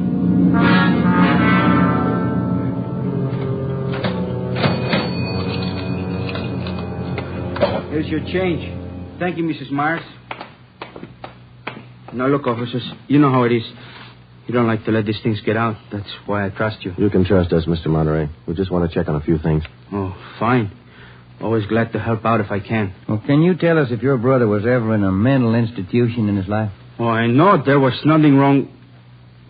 1923. Got a little bad, so Mom and Dad had to put him away for a while, just till he calmed down. I remember the day. Sometimes, dumb, stupid kid, what do you know? Standing there by himself in the train, crying. The public nurse, stupid way he cried. What do?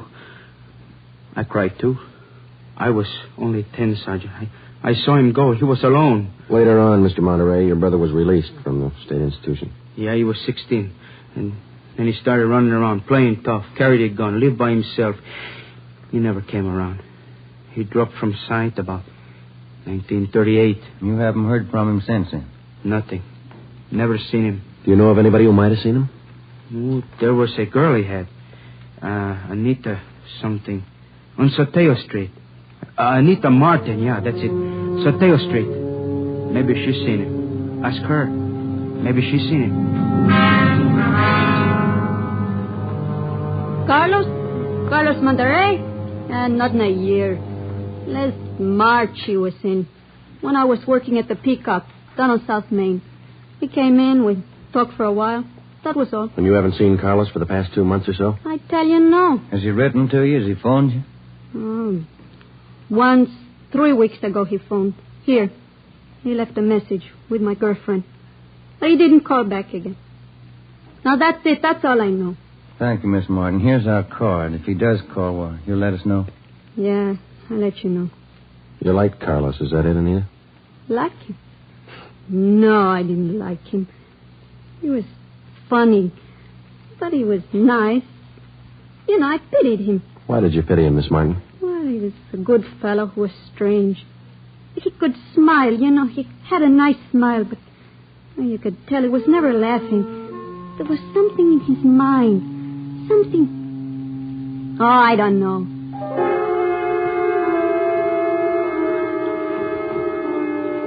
At least a year, closer to 2, I haven't seen Carlos. No letters, not a card, nothing. He was in the East the last time I heard. When was that? A year ago, January. I was in here. He sent me a calendar. Sometimes he could get along fine, very well. Other times, terrible. He couldn't keep him down. How'd he manage to stay out of jail that way, Vicente? I don't know. Sometimes he should have been in jail 5 times over. And you say you don't know of anybody who might have a recent picture of Carlos, a snapshot? No. No one I can think of. Okay, Vincenti, here's our card. If you do think of somebody, let us know, will you? It'll help. Sure, glad to. If I hear of anybody. What kind of a day is it outside? Hot? Hot.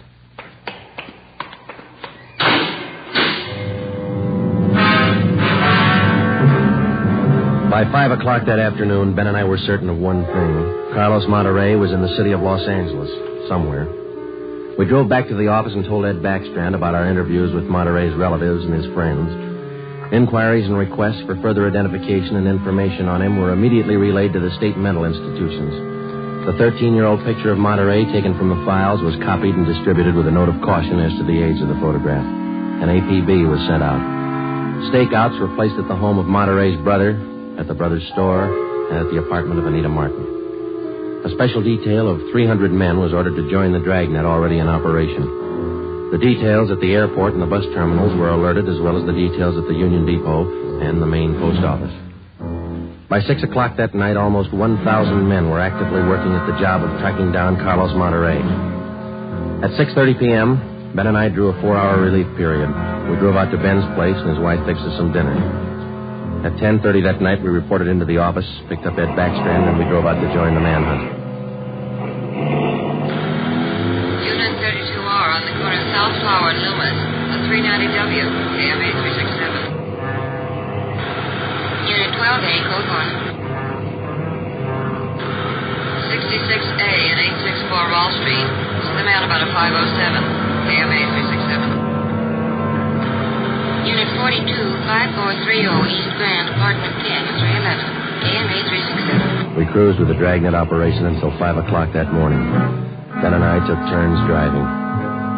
Actually, the tremendous job of scouring 500 square miles of city for one man was only beginning. Unless there was an unexpected break, the search for Carlos Monterey could wear on for weeks. It did. Night after night, the manhunt went on, and day after day. There was no break. 16 days later, on a Sunday night, I went to bed early. I read a while, and then I turned off the lamp and went to sleep.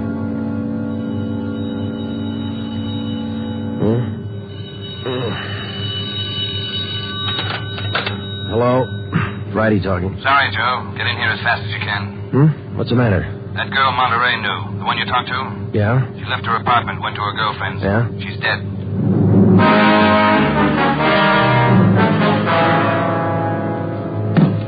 There it is. Ordinary red brick. Found it by the body. How long's she been dead, Skipper? Well, she was seen alive about an hour and a half ago. Got 3 bare footprints, good length of stride. Found them down in the lot beside the house. What do they look like? Same guy.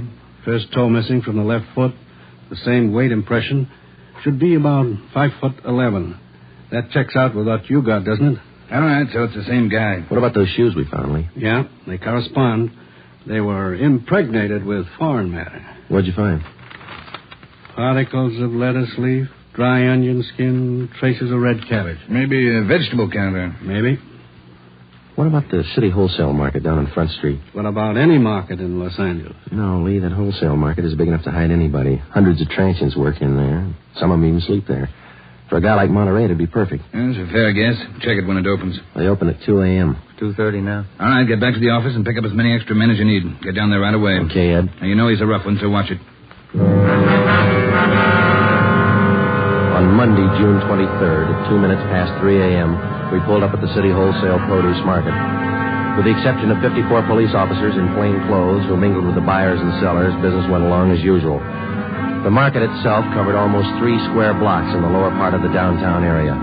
It was divided off into hundreds of individual stalls by flimsy wooden partitions. To make the search even tougher, the place was crowded. For the first 45 minutes, we had the men circulate at random through the crowd on the chance that one of them might spot Carlos Monterey from the 13-year-old picture. It didn't happen. After that, we started a systematic canvass. We talked to the customers, we talked to the managers of the different booths, we gave them Monterey's description, we showed them his picture. Nobody recognized him. We checked the employment records one by one. Not a sign. Sorry, Sergeant. I'd like to help. I've never seen the guy. Okay, Mr. Snyder, thank you. We sure pick the sweet jobs, don't we? Oh, yeah, we could spend a year at this. Oh, Sergeant Friday. Yeah, Kamansky. Did you find something? Guy at the booth over there against the far wall. Thinks he might have hired Monterey a couple of days ago. Come on, Ben. Where? Over there, Sergeant.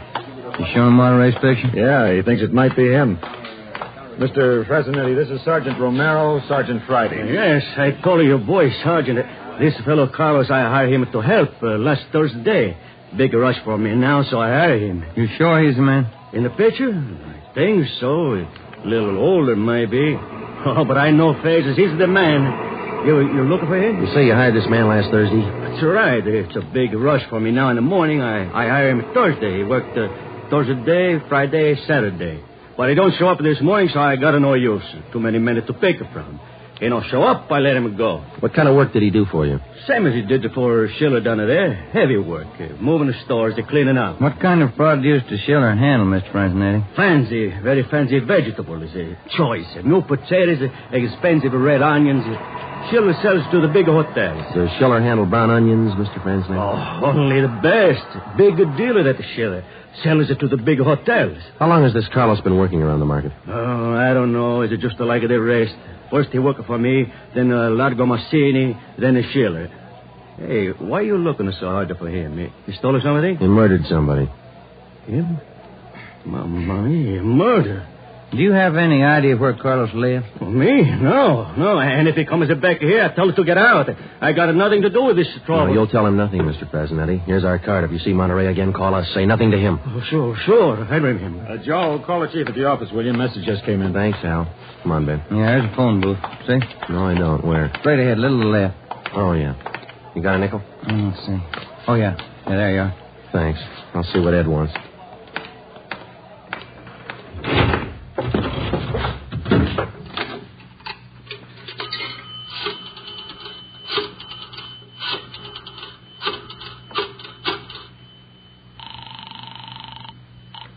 City Hall. 2511. 2511. Chief of Detectives Office, Hannon. Hi, Mike. Ed there? Ed, take it on extension 2, will you? Backstrand talking. Friday, Ed. Move fast on this one, Joe. What's up? Main post office. Carlos Monterey picked up a letter there less than 5 minutes ago.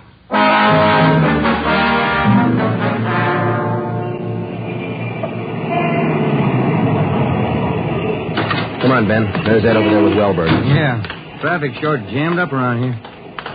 Hi, Ed. Friday, Romero. You all set, Wellberg? All set, Chief. Spring Street to San Pedro. Sunset the first. Got it covered. Good. What's the story? Post office detail tipped us off. 5 minutes after 8, a man answering Carlos Monterey's description picked up a letter at the general delivery window. That was 16 minutes ago. Who spotted him? Sam Lane. Got a look at him just as he was leaving the window. Called to him to stop, but Monterey ran. Lane called me, and we threw a net over the area for 6 blocks around. And Monterey's still somewhere inside this area? I don't know how he could have gotten out. What's next? Well, I'll give him an hour to break for it. After that, we start a house-to-house search of the whole area. Stop all pedestrian and vehicular traffic for identification. You're going to jam up the depot traffic. That's cheaper than murder, Romero. Get going. The first hour we counted off in 5-minute segments. Like Backstrand, we felt close enough to Monterey to touch him. But he still wasn't there. The north and south ends of the blockade started to move in, slowly. Searching every store, every house, every conceivable place where a man might hide out. In the meantime, Ben and I worked the Spring Street side of the blockade, watching the faces of the pedestrians as they came through one by one, examining all vehicles and their drivers. The morning wore on, the sun came out, and it started to get warm. By 11 o'clock that morning, Monterey still had not been found.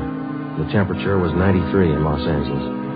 It was still climbing. The search went on. At 10 minutes past 2 p.m., Backstrand made the round. How's it look, Skipper? Not good. Going slow. How much longer do you figure? I don't know. It'll go to after dark, that's sure. District down here is like a rat's nest. Yeah. Nothing? Nothing. But he's someplace inside this blockade. He's got to be. Any chance of getting relief for the men in our squad? Some of them been working straight through since yesterday. I'll see. Check with me around 5 this afternoon. Thank you, Skipper. Keep a sharp lookout. One slip. That's all it takes. The search went on. At 3 o'clock that afternoon, the temperature was 95.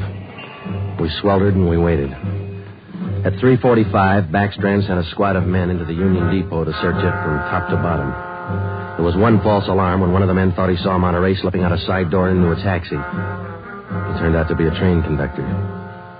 At 25 minutes past 4, Backstrand passed along the order to our detail to start moving in, house by house. It was a tedious job, and it went slow. The men were tired. At 5:30, the relief squad showed up. Ben and I stayed on.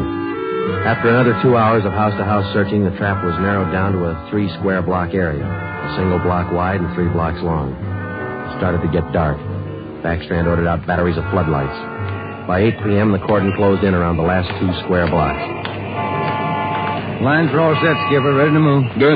What do you think? We'll know pretty soon, one way or the other. Frank, keep that traffic moving. All right, you two, get going. See you later, Skipper. Joe, let's take a look in here. Okay. Sure is an old building. Yeah. Where'd Kamansky go? I don't know. He's here a minute ago. Oh, wait. There's his flashlight. Down the end of the corridor there. He's signaling. Yeah, come on. Kamansky? Yeah. Down below, Sergeant, in the basement. Come on. Monterey? He's been there, I think. Here, this way. Where? Over here. Now, watch your step. The light's bad. Here he is. Says he's the janitor. Oh, my head. He's been slugged. All right, come on. How'd it happen? Can you tell us? Yeah, a big man hit me. I came down to empty the baskets. He hit me and ran. Ran over to the new building. The new building? Is that the one next door? Yeah, just a few minutes ago. Nobody's come out of this building for the past half hour. Every door in the place is guarded. No, not the doors. He went through the tunnel. I saw him. Over there's the tunnel. I'll take a look, Joe. Yeah, the tunnel. Connects the 2 basements. Same company, old building, new building. The tunnel connects the basements. Joe, come on. Yeah. Kamansky, get out the backstrand. Tell him what's happened. Right, Sergeant. And call an ambulance. Right. All right, Ben. Through the tunnel. Watch where you're going. The light's bad. Yeah, it is. That a door up ahead there? Yeah, I think so. Yeah. Let's go. Good. There's a stairway. Come on.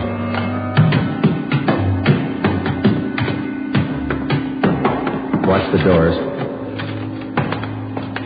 Joe, the elevator. They're both on the 3rd floor. Let's head for the stairs. Ben, come on.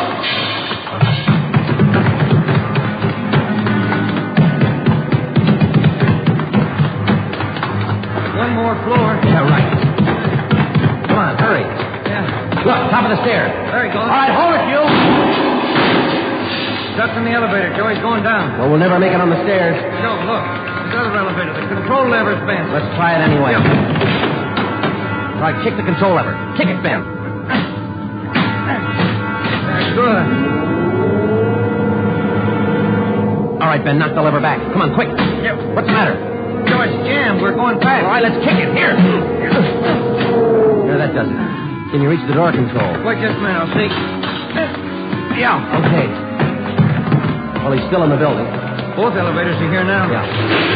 Down the hall, Ben. The office on the left, I think. Yeah. Okay, here we are. All right, keep clear of the door. All right, Monterey, put on that gun and come on out. I'll kill you! I'll kill all of you! All of you! Okay, Joe, let's take it. Watch it, Ben. He's throwing everything he can get his hands on. Come on! Come on! I'll kill you! Get away! Come on, you! All right, Monterey. Come on, you. Hurry up! Everywhere you! Hurry up! Okay, Ben, take him. Yep.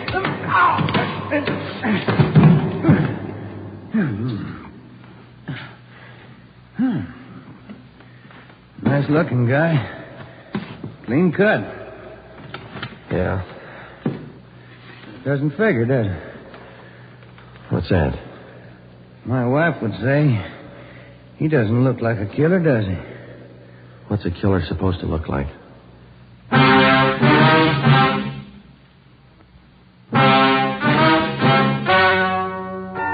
The story you have just heard is true.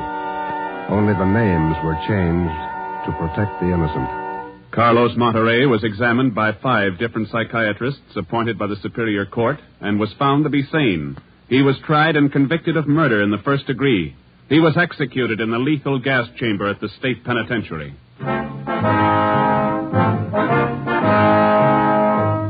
You have just heard the 17th in a new series of authentic cases from official files. Technical advice for Dragnet comes from the office of W.A. Wharton, Acting Chief of Police, Los Angeles Police Department. Tonight's program is dedicated to motorcycle patrolman John Kramer of the El Paso, Texas Sheriff's Department, who on the afternoon of April 26, 1940, gave his life so that yours might be more secure.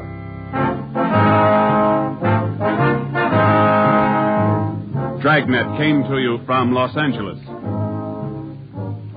You're tuned for the stars on NBC.